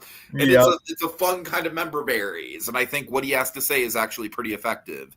Mm-hmm. My heart is saying Lillard though. And I think I got to do Lillard. And that's for Life of Chuck. It's a very similar role to Dismalchin, but yeah. Just making sure we're not talking Lillard in Five Nights at Freddy's 2. Man. Have you seen SLC Punk? I have not. Dude, you need to fucking watch SLC Punk, bro. Oh my god. No, I just rewatched. It was like a big college movie for me, and I just rewatched it about a month ago, and it's like such a good Matthew Lillard performance. I'll have to check it out. I've heard good things. Mm-hmm.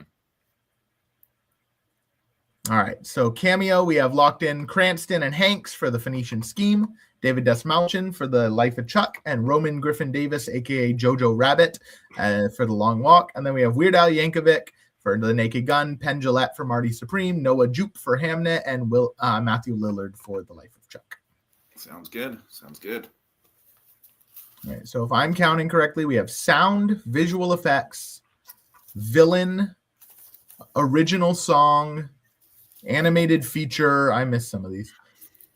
Actress and supporting actor left. Sounds right. There's a possibility that I might have missed one in here too. So that's okay. We'll see how it goes. Yeah. Well, you did put director in twice, so it's possible. That's true. Yeah, exactly. Okay, best visual effects. I mean, 3, 2, 1, Avatar. Yeah. It doesn't even matter like which of the two says it first. Yeah. And then for the other one, 3, 2, 1, Tron Ares. Yeah, no. I'm not that as one? locked into that, honestly. All right, well then you I mean, take sure, Avatar if you Fire want and Ash, to. and I'm taking Tron Ares. I mean, I'm fine with I'm fine with Tron Ares. I'm fine with Okay. Tron Ares. Let's do it. Let's do it. All right. I just think those are the two most visually like. Sure. All right. So I'll go first because you went first last time. Okay. And How to Train Your Dragon was already locked in. Mm-hmm. Mm-hmm. I'm going to go with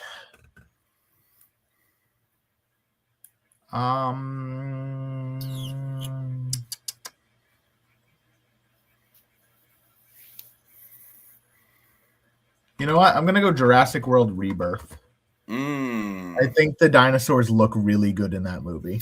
They do look good. I think some of the green screen work in that movie is wonky, but the dinosaurs look good. Yeah, that's what matters. It's a dinosaur movie. Right. Okay, I have to do first steps.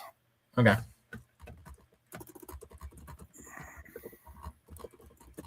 All right.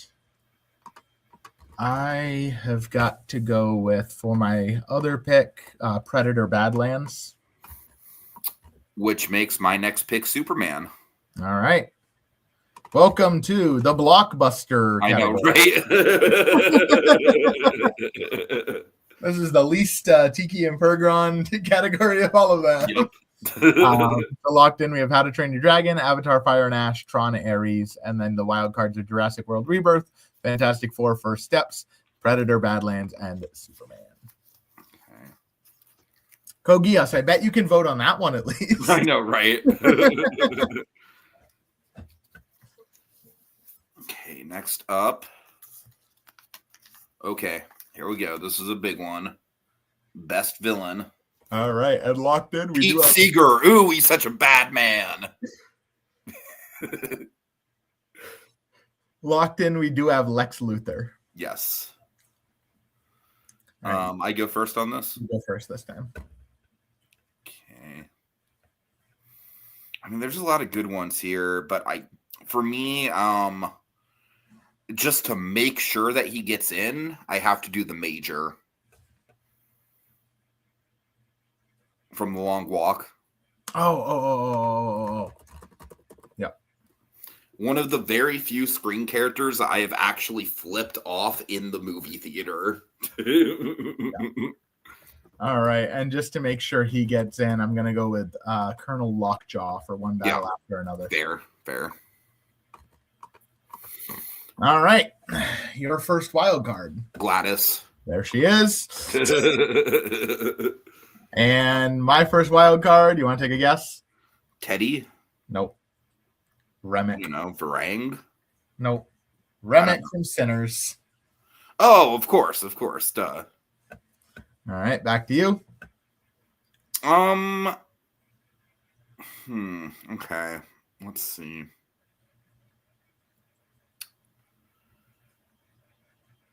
I think I'm just gonna have to go. You know what? We nominated Una Chaplin for supporting actress. Mm-hmm. So I'm gonna go Quaritch for villain. All right. Because I do think he has a very, very interesting arc. And he was the best he's been in the 3 movies. Yeah. I actually kind of liked watching him this movie. Uh-huh. All right. So here's a question for you. Does Teddy from Begonia count as a villain? I would count him. Okay, cool. I'm going Shen Gong Bao from Ne Zha 2. Okay. I had that one set up this whole night. Oh God.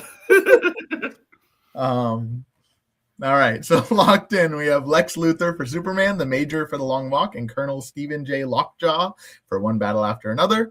And then we have wild cards of Gladys from Weapons, Remick from Sinners, Colonel Miles Quaritch from Avatar Fire and Ash, and Shen Gong Bao from Ne Zha 2. The only other one I was considering, I'm not even going to say who it is because it would be a spoiler. Okay. So. Can you say the movie? No. Okay. All right. Next up, Ooh, okay. Best sound. All right, and locked in, we have F1. Yep. All right, I go first. Yeah. I'm going, if I had legs, I'd kick you. Good. That is a good choice. That my cortisol was up here. Yeah. No, I don't blame you. And most of it was the sound design. The sound design, the close-ups. Mm-hmm. Yeah, so I'm going, if I had legs, I'd kick you. For very similar reasons of just giving me a goddamn panic attack in the movie theater, I have to go The Long Walk. Fair. All right. My first wild card, I am going to go.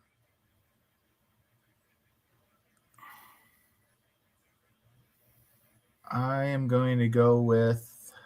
I like my horror. I like gross out sound effects. I'm going to go with Bring Her Back.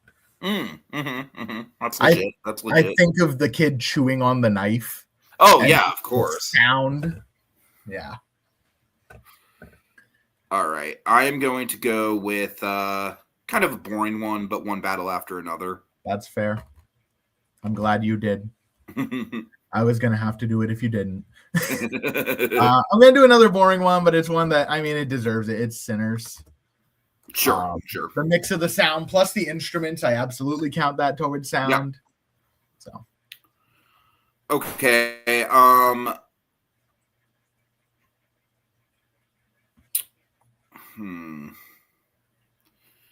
I'm going to be honest with you. I don't have one on here that I'm feeling particularly strongly towards one way or another.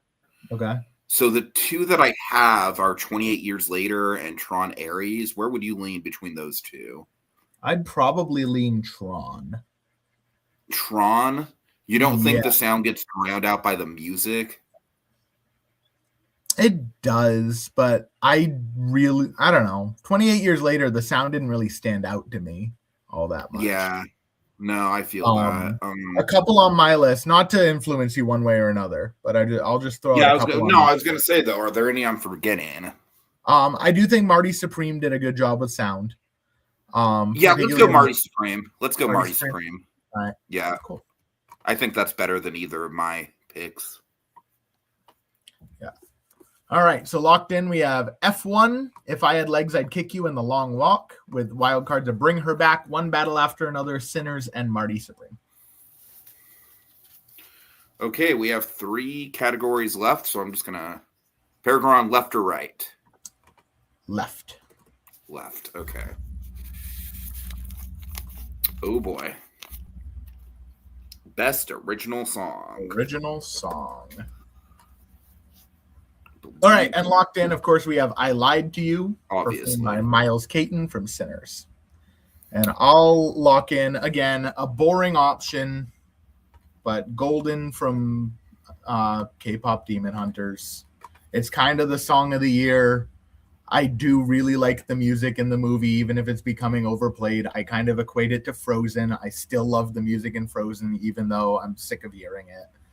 Yeah, fair, sure. So I'm going to go not the one that you were suggesting. I've just listened to the soundtrack a lot, and this one sticks out to me a little bit more. Okay. Morning Evening from The Ballad of Wallace Island. Okay. All right. For my first wild card, I am going to go with Train Dreams from Train Dreams. Written by a member of the National. Yep. Who also did the score. Yes, he did. Okay, I'm going to just do another fucking Ballad of Wallace Island song, because why not? Let's do Give Your Love. All right. Do I do another fucking K-pop Demon Hunter song, or do I do another Sinners song? It's up to you. I mean, you know that if you put in a K-pop song, though, it's gonna win. Popular vote, yeah. Right. And the one that I pick, I think, is probably the most popular anyway. Right. And to keep it from being unfair, I'm gonna do Pale Pale Moon from Sinners. Okay. I do really like that one. But shout out to your idol from K-pop Demon Hunters. Mm-hmm. And yours is Zoo from Zootopia 2. It's honestly on my short list. No, honestly, it's between that and The Girl in the Bubble, and both of them I don't feel super strongly about. On a personal level, though, I am going to go The Girl in the Bubble. I don't think it's a great song. I really don't. I don't think it's that catchy.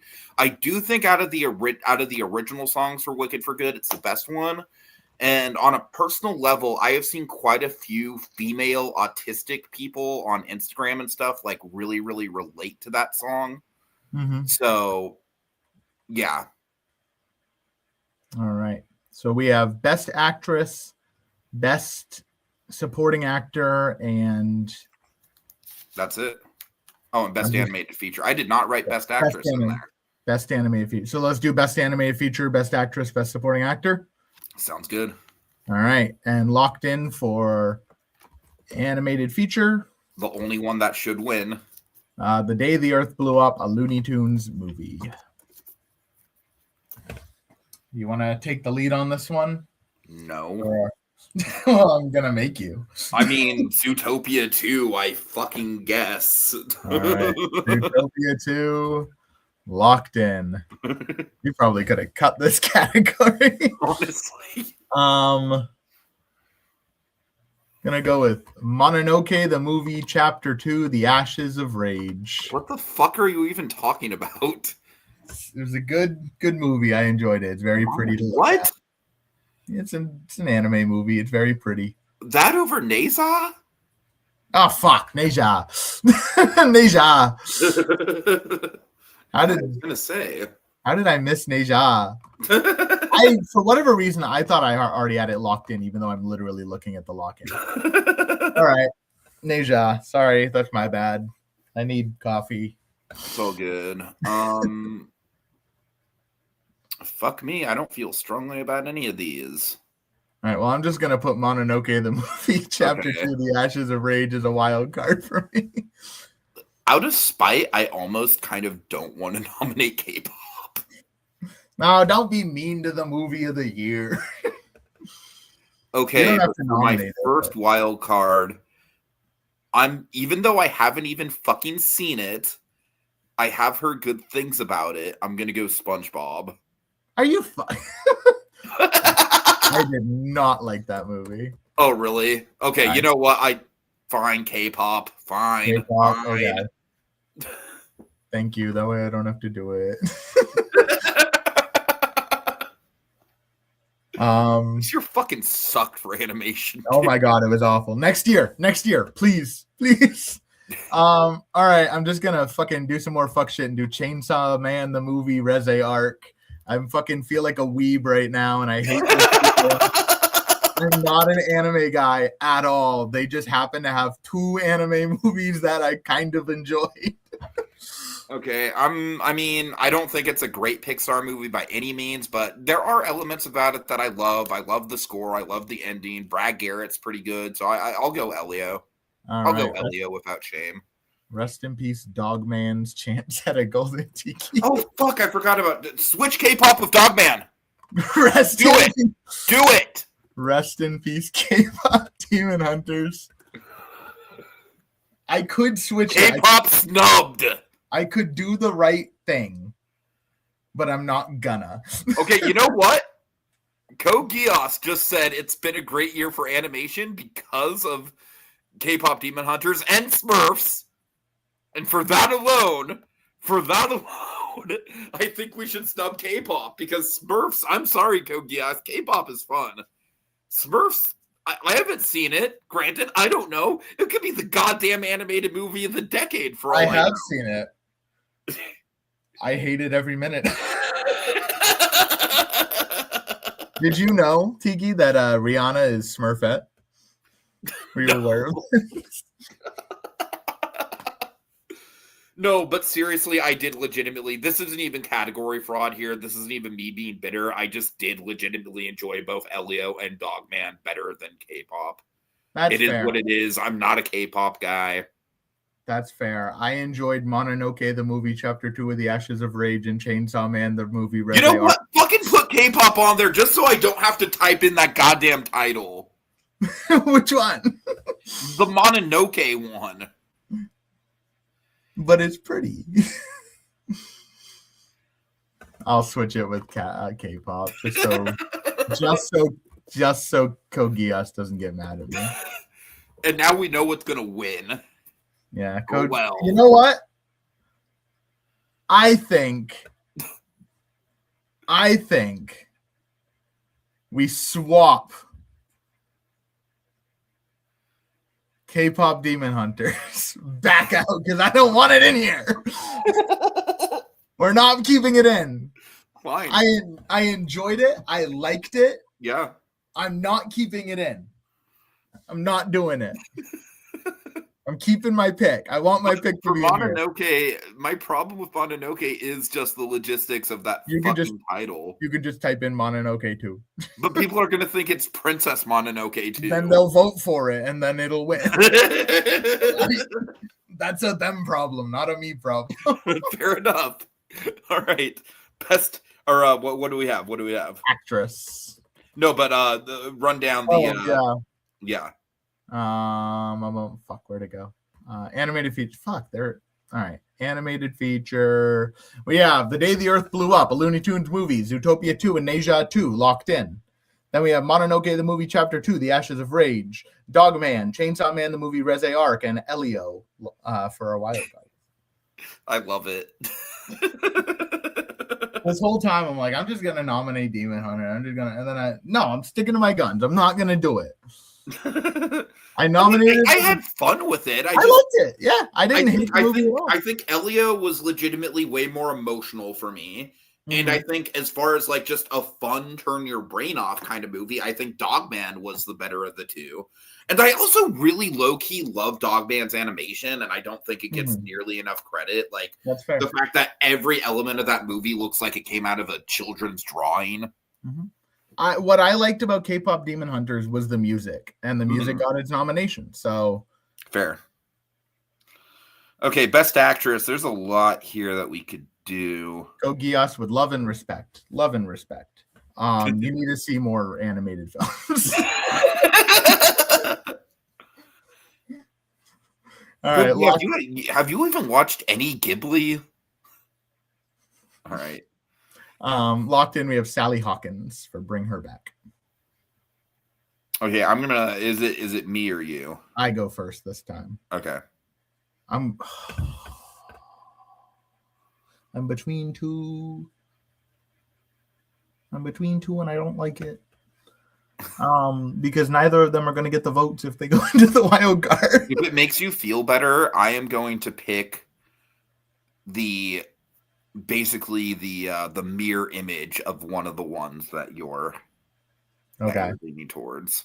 All right. Well, then I'll do Jessie Buckley for Hamnet. Okay. And you're doing Jennifer Lawrence for Jennifer Lawrence. I mean, That's fair. No, she made my list. Fucking phenomenal, dude. Yeah, she made my list. It's not like a perfect movie, but like I legitimately, my mouth was hanging open with some of the shit she was doing in that movie. That's fair. And then I'm gonna throw Rose Byrne in the wild card. Yep. Okay, wild card for me. I got to do Ava Victor. I honestly feel pretty bad that she didn't make the. Thank you. List. Thank you. Yeah, you're welcome. That frees me up to do some fuck shit, and I like when I get to do. And for the record, I am avoiding the wicked gals. I respect it. All right. Which fuck shit do I want to do is the question. You know what? I'll do some minor fuck shit. I'm gonna go Dakota Johnson for Splitsville. Okay. Really liked her in that movie.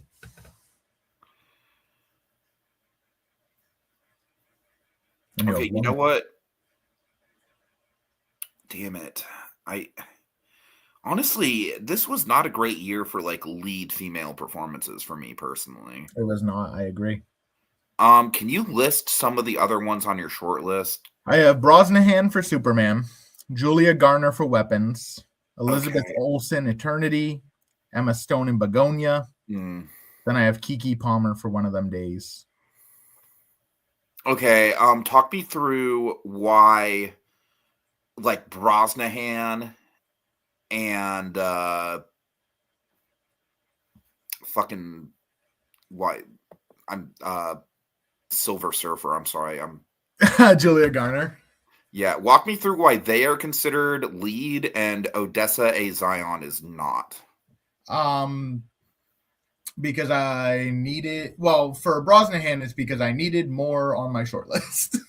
For Julia Garner, I would consider her the lead of that movie. She's kind of the focal point. She is in all the acts.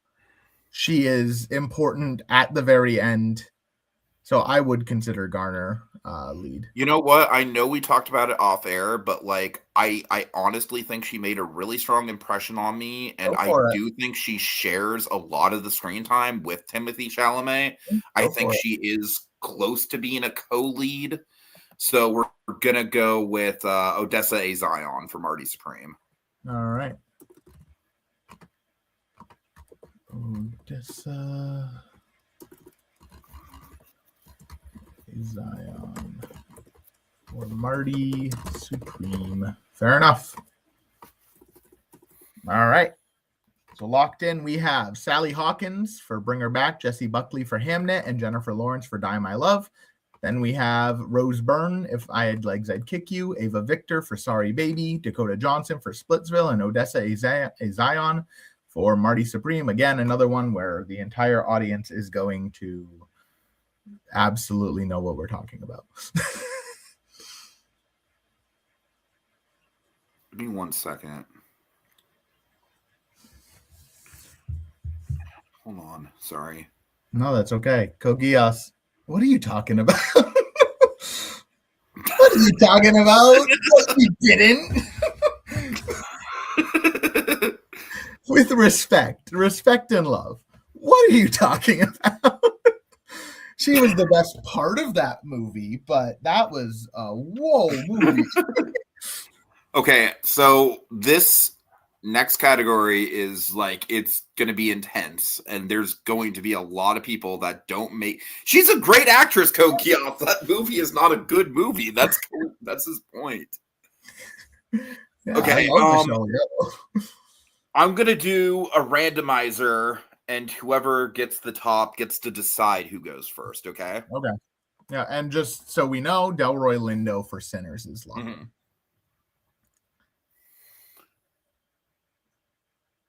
Okay, I'm on top. You go first, buddy. All right.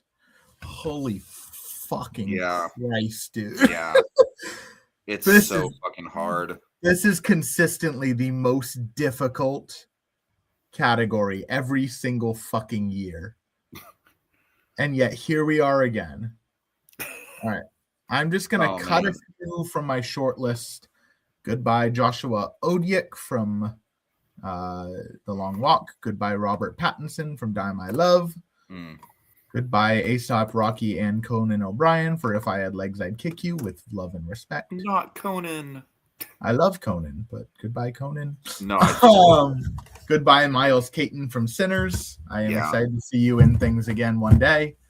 Goodbye, Eddie Gathegi from Superman. You were amazing, but it's too much here. Goodbye, Jack O'Connell from Sinners. You got in for villain. Goodbye, Jonah Wren Phillips. You got in for Weird Little Creep. Sean Penn got in for villain. He did, but goodbye, Josh Brolin for Wake Up Dead Man. There's a better option there. Goodbye, Ed Harris for My Dead Friend Zoe. Not sure why you're still here. All right, I've got some. And I think for my lock, I'm going Jacoby Jupe for Hamnet. Okay. He was Hamnet himself, and oh my god, what a child performance. Fuck me, dude. This is brutal. This is fucking brutal. This is my 13th reason, brother. Oh, God. Ben Wang. Ben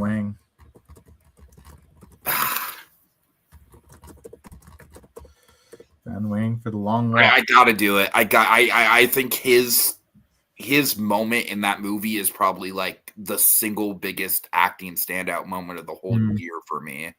That's fair. Yeah, goodbye, Sean Penn. You got in for villain. Oh my god. It's so hard. I have 1, 2, 3, 4. Oh, goodbye. I actually have 2 that I'm pretty set on. All right. Can I request that you do your 2? Fine. So that I don't have, so that I know who I. Okay. I'm gonna do the one that I was really torn between Ben Wang and this guy on is William H. Macy for Train Dreams. Thank you. I mean, that dude just leaves such a fucking big impression in a very little amount of screen time. Thank you very much. I appreciate you.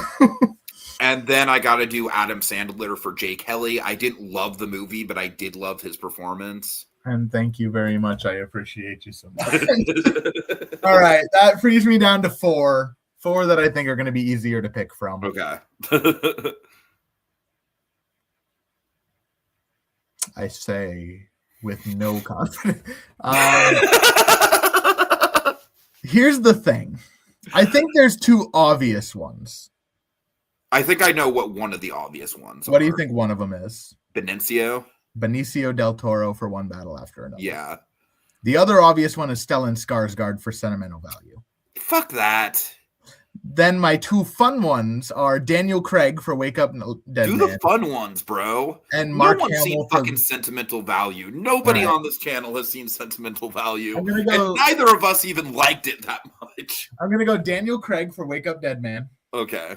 And then I'm going to go Benicio del Toro. Okay, fair enough. I'm going to cut Mark Hamill for The Life of Chuck with It's another kind of hard cut. Yep.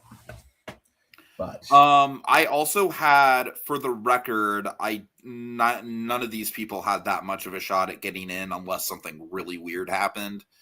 But I had Michael Cera for The Phoenician Scheme, Jared Harris, who I legitimately think is the best part of House of Dynamite, and Paul Rudd for Friendship. Okay. Who I think I'm honestly kind of surprised his performance has gone so overlooked. I would have thought that movie would have been popular because of him. Yeah. All right. I mean, Tim is kind of rightfully taking the credit for that movie, which he should be. But right. To answer Code Geass, no, not in Wake Up Dead Man. He's not. Definitely not in Wake Up Dead Man, because I've seen like a half hour of that movie. He hasn't even shown up yet. Yeah, he doesn't show up for like 45 minutes into it. So he is absolutely not the lead at least in that. I would argue he's not the lead in any of them. I would argue he's supporting throughout the whole thing. Mm-hmm. Kind of in the same way Jack Sparrow is a supporting character in the first. Like in the first 3 Pirates, he's very much a supporting character. I would say he would be a lead in At World's End if he didn't show up like 45 minutes. Right. But yeah, like they're characters who are icons, but they're not necessarily the lead. Like Orlando Bloom and Keira Knightley are very much the leads in those movies. And I would say what's her face in Knives Out is what's her fucking name? The girl. I know exactly who you're talking about. She was just in Ballerina. Ana de Armas. I would say she's the lead in that. Are you sure that's her? And I'm not thinking of someone else. It is Ana de Armas. I would say that honestly, I don't think anyone's the lead in Glass Onion. I think that's very much an ensemble movie. If anyone, it's probably Ed Norton. Yeah. And then absolutely 100% it is Josh O'Connor. All right, so let's run through these categories. Make sure we didn't miss anything and just read them off. I'm arguing that. That was my argument, is that yes, overall he is, but in the first 3 movies he is not. He is a supporting character in the first 3. Anyway, best picture, we have lock in Sinners, Weapons, and Hamnet, with The Long Walk, Train Dreams, One Battle After Another, and If I Had Legs, I'd Kick You as our wild cards. Okay.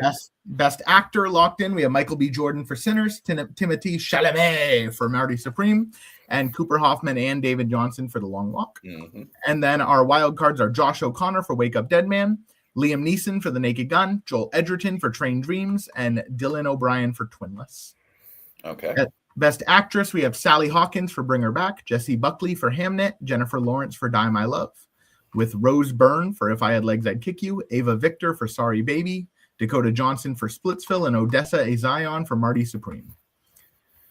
Best Supporting Actor, we have Delroy Lindo for Sinners, Jacoby Jupe for Hamnet, and Ben Wong for A Long Walk, with William H. Macy for Train Dreams, Adam Sandler for Jay Kelly, Daniel Craig for Wake Up Dead Man, and Benicio del Toro for One Battle After Another. When you put that one up, by the way, I need the picture to be him doing this.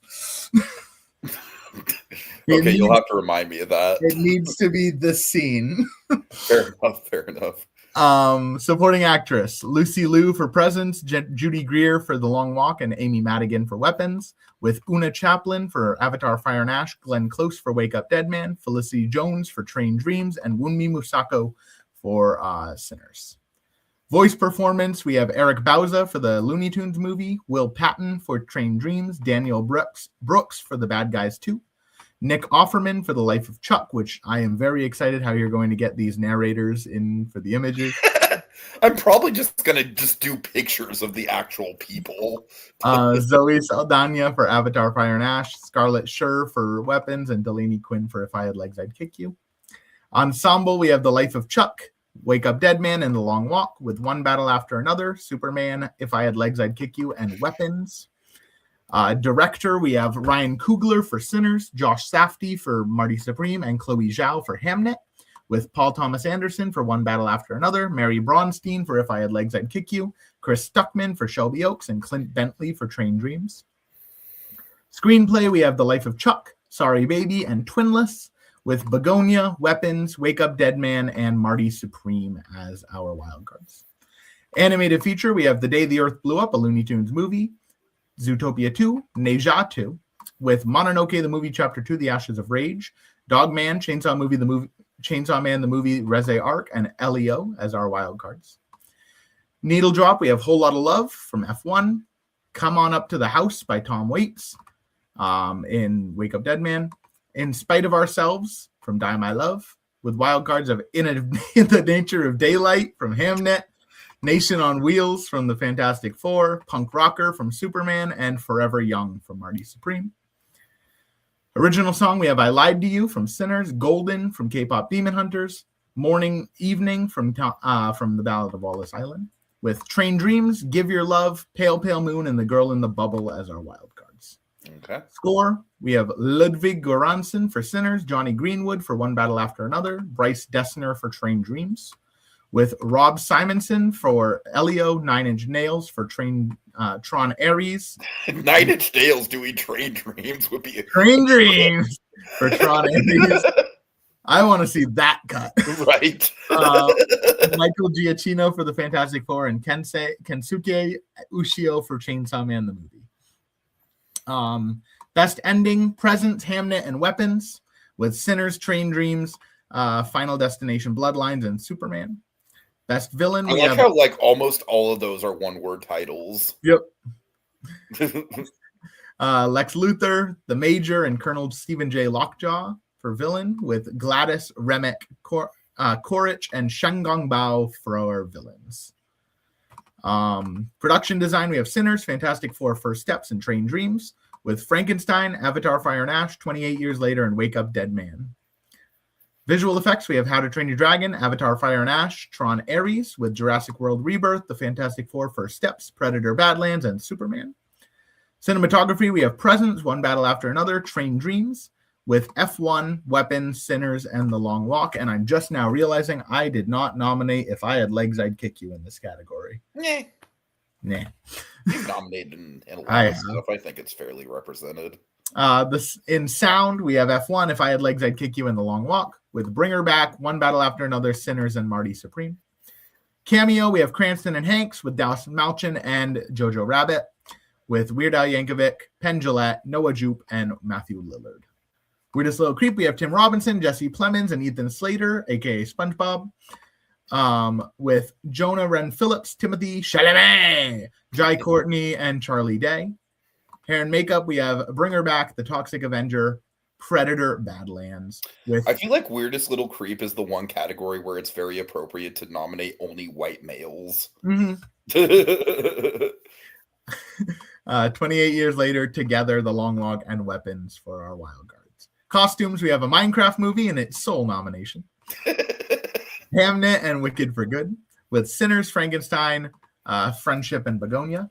Editing, we have F1, One Battle After Another, and Wake Up Dead Man. With House of Dynamite, Marty Supreme, Sorry Baby, and Hamnet. Mm-hmm. Stunts and choreography, we have Mission Impossible, Sisu, The Road to Revenge, Kiss of the Spider Woman. With Sinners, F1, The Life of Chuck, and 28 Years Later. And for our final category, Best Boy, Indy from Good Boy. You know what I'm gonna do? I'm literally gonna put up a poll and just put 4 pictures of him. He's the best. Like, for a dog that's not trained to be an actor, he does a phenomenal job. Totally. That is a well-trained dog. All right. What did you guys think? Do you hate our guts? Well, I know that Code Geass is fucking like he's not happy with the K-pop Demon Hunters thing. Do you have the numbers? Can you crunch some numbers as far as it'll take me a minute. So I can either do it now and you vamp for a minute, or we come back and do it another time. No, I can vamp for a minute. For a minute. All right. So yeah. And I guess what I can vamp on is we are gonna do our top 20 of the year. Mm-hmm. And that's gonna be something where it's like, does Dragon really want to come on for it at this point? Really? I mean, I love Blue Dragon 5, but like it's so obvious that like you and I are like more dialed into the movies than he is at this point. So let's see. Some of the movies that I still need to watch are I have no idea if it's going to come near me, but I really want to see No Other Choice. No Other Choice feels like it has Parasite upside. Mm-hmm. I'd really like to see. You know what I'd like to see is this thing on, but I don't feel like I need to see it. That's more of like a personal, like because I'm trying to break into stand up myself, so that's kind of like a personal want to see. See, other than that, I mean, there's like I've heard good things about Urchin. The Testament of Ann Lee, I kind of have a feeling is going to be like a women talking or something where it gets some level of hype, but it kind of drops off the face of the world. That's kind of what I've seen. I still want to see it, though. It looks good. Yeah. All right. Blue Moon, I wouldn't mind seeing. I like Blue Moon. I thought Blue Moon was good. Mm-hmm. Let me just go to the handy-dandy list of American films released in 2025. Even if it doesn't cover everything that I should see, because not all of the things I should see are American. Right. Look at this American elitist. I know, right? I wish it was just like list of major. Well, I don't know. That'd be a lot of films.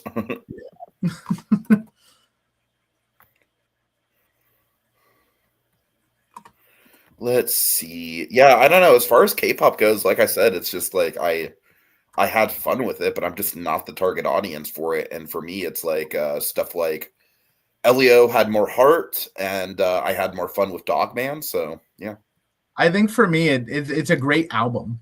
That's kind of where I sit on it. It's a great album. You know, it got entirely snubbed. That I'm not surprised after I saw the movie, but I wouldn't have bet on it before I saw the movie. Was Mickey 17? Yeah, the only one I kind of contemplated that one for was Weird Little Creep. Right. For the Hulk, whatever his fucking name is. Ruffalo. Yeah.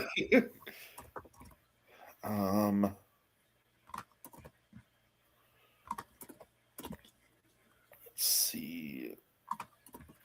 The Assessment. Have you seen The Assessment? I have. That one was really good. Yeah. It was a good, like early movie. Uh-huh. I've heard good things about it. I might see if I can see it. Got to see Popeye the Slayer, man. Death of a Unicorn was such a wet fart of a movie. Yes, it was. I wanted to love it. Let's see. Paul Rudd has had a rough year this year. Other than Friendship. He's like, I just saw Anaconda. Yeah. Have you seen Song Sung Blue yet? Not yet. I've heard good things about it. I don't know. I can't wrap my head around the idea of watching a movie about a Neil Diamond impersonator. It's Hugh Jackman though. Yeah, that's true. Also, fun fact, for like maybe about a month or so, because he was doing volunteer work where I worked, I Mhm. worked with Neil Diamond's grandson. Wow. Yeah, that was kind of cool. Your lame claim to fame. Okay, Kogios, I think I'm good if I don't watch Smurfs. I think I'm good. But Rihanna is Smurfette. God. I mean, Friendship is one of those movies where it's like I need to watch it again because after I kind of feel like I got my appreciation for Tim Robinson after I watched it. Mm-hmm. Let's see.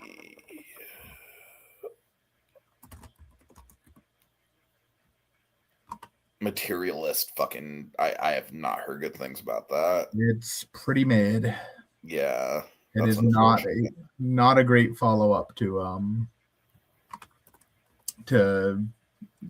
what was her last movie? The Korean one. Past Lives. Past Lives, yes. Let's see. Fucking Megan 2.0 was a goddamn dumpster fire. Yes, it was. But it was my dumpster fire. That's one of those bad movies that I had fun with. No nominations for Eddington. Womp womp. Maybe make good movies again, Ari. Oh, so you were kind of mixed on it when you saw it. Are you kind of low on it now? Yeah, I still think it's better than Beau is Afraid, but was not really a fan. I think they're both kind of on the same level, honestly. Yeah. We're about halfway there. Sorry. Oh, Jesus. Okay. Fucking highest to lowest. I kind of feel like I don't really need to see that one. Mid, forget it. Don't worry about it. Splitsville, I should see. Yeah, I like Splitsville a lot. Let's just say you may hear about it a little more on a later podcast. Ooh, okay. Well, if I watch that, you need to watch Twinless. Oh, I will be. Okay, it's cool. Very much on my.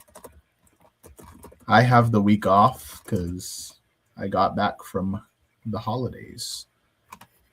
I know nothing about this movie, but I just saw that Odessa A. Zion is in it. Have you seen Pools by any chance? Pools? Pools, like swimming pools. I have not. I'm going to look into that. It received mixed reviews. That's literally the, oh my God, wow. Okay, it's a coming-of-age film directed by Sam Hayes in his debut feature film. The film stars Odessa A. Zion as well as a bunch of people I don't care about. And then literally the only other thing that it lists on Wikipedia is this film has received mixed reviews. It's important information. Okay. I mean, how could we snub Downton Abbey, the grand finale? Real oversight on our part there. You never even bothered to see that, right? I did not even bother to see that. If I was going to, it would have been with my mom because she actually likes the show. But... Fair enough. I was very proud of you for not going to see Gabby's Dollhouse. I have very low standards, but I was legitimately worried. I was legitimately kind of worried there. Look, I don't want to get banned from the movie theater for like just people assuming. Oh man. Who's this fucking creep? Goddamn dumpster fire. Which one? Him. Yes, fuck him. Hated it. The Strangers Chapter 2, why does that movie even exist? Did you watch it? No. It's awful. You should watch it. It is. You want to know who the main villain of The Strangers Chapter 2 is? Oh God. Take a wild guess. Do you think it's perhaps The Strangers, maybe? Because you'd be wrong. I was gonna say probably not, given that cryptic tease. The main villain is a boar.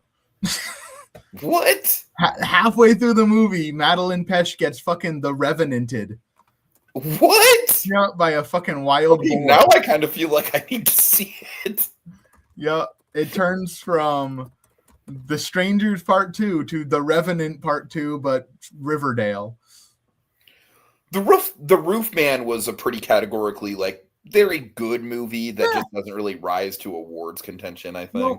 I thought it was a good watch. Yeah. I would watch it again if someone was like, hey, you coming over? Let's watch The Roof Man. I'd be like, okay. That was fun. I don't know why anyone would say that, but right, but you never know. Someone's like, hey, I rented The Roof Man from my Redbox. That's a thing people still oh my do. God. Okay. So I have when I was living, I had a living situation in college where it was like my girlfriend was my sister's roommate, and then my sister's boyfriend was my high school best friend, right? So that was like a weird situation there. Like a whole my high school best friend, his name was Eric, but we affectionately called him Benji because his middle name was Benjamin. Mm-hmm. And I distinctly remember one day he came up to my girlfriend and I's like half of the apartment because we lived on like the second story of it. And he was like, hey guys, you want to watch a movie?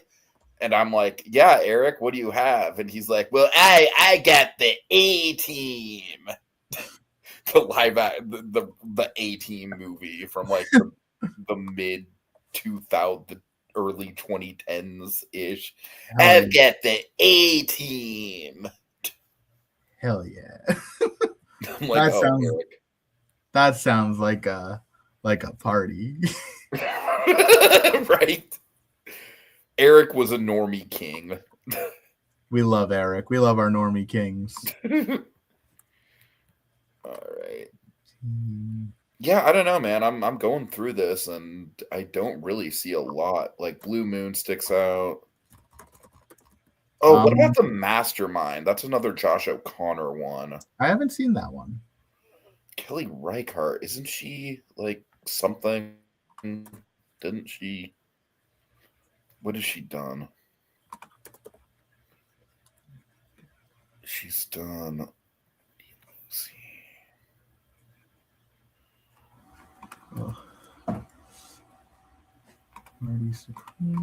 We've got some kind of interesting numbers coming through here right now. Yeah. I'm excited to share them. I'm almost done. Okay. I'm on a weird little creep.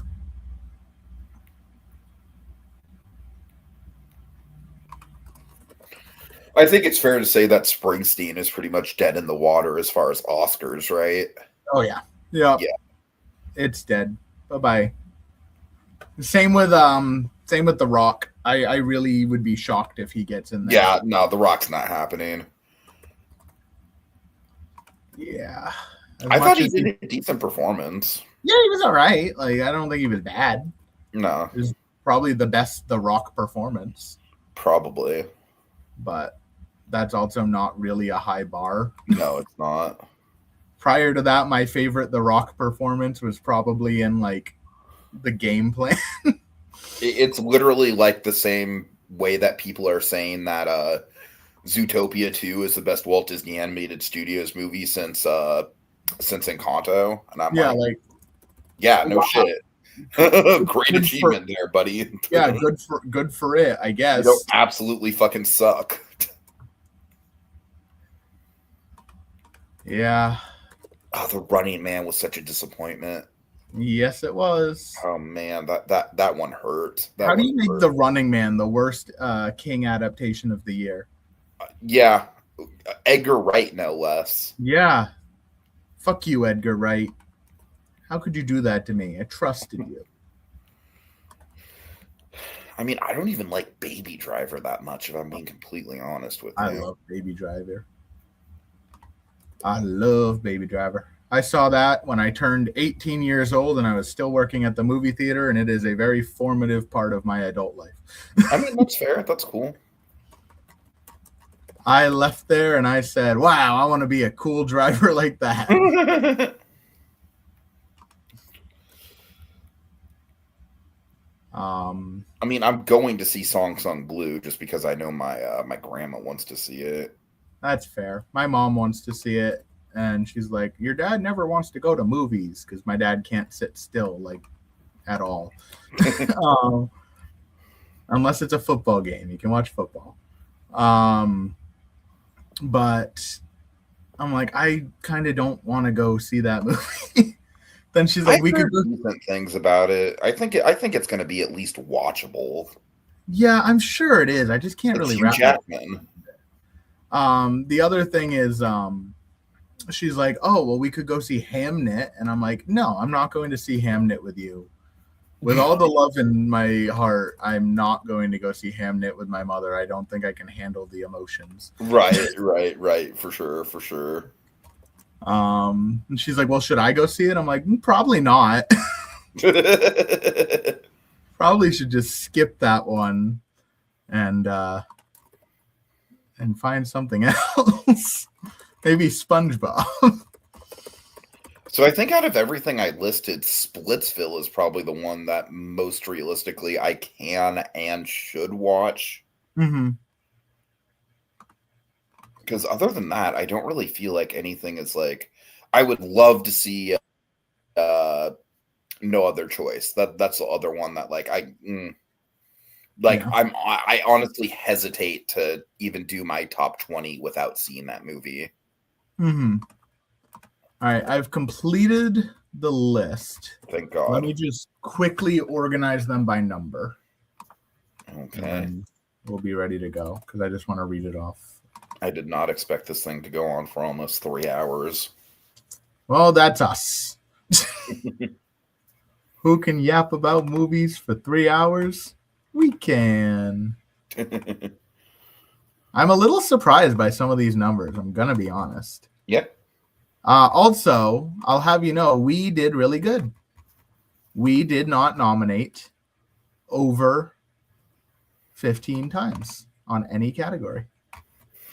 I feel like with Sinners in particular, most of the nominations we wanted to give it, we already gave it. Right. And guess what the one movie you got 15 was? What? Sinners? Sinners. I'm actually surprised that it got 7 more. Or 8 more. Are you counting wild cards or are you counting just... I'm counting wild cards too. Okay, that's fair. So there's a very good chance Sinners does not walk away with 15. I would be shocked if it does. But that would be quite the sweep. Yes. It's not even going to sweep that hard at the Oscars. Yeah, sadly, no. All right, I got a lot of 1s and 2s in here. There's a 4 that I missed. And then a 3 that I missed. Shocked. That one got 3. Is Elio the 3? No, Elio's got 2.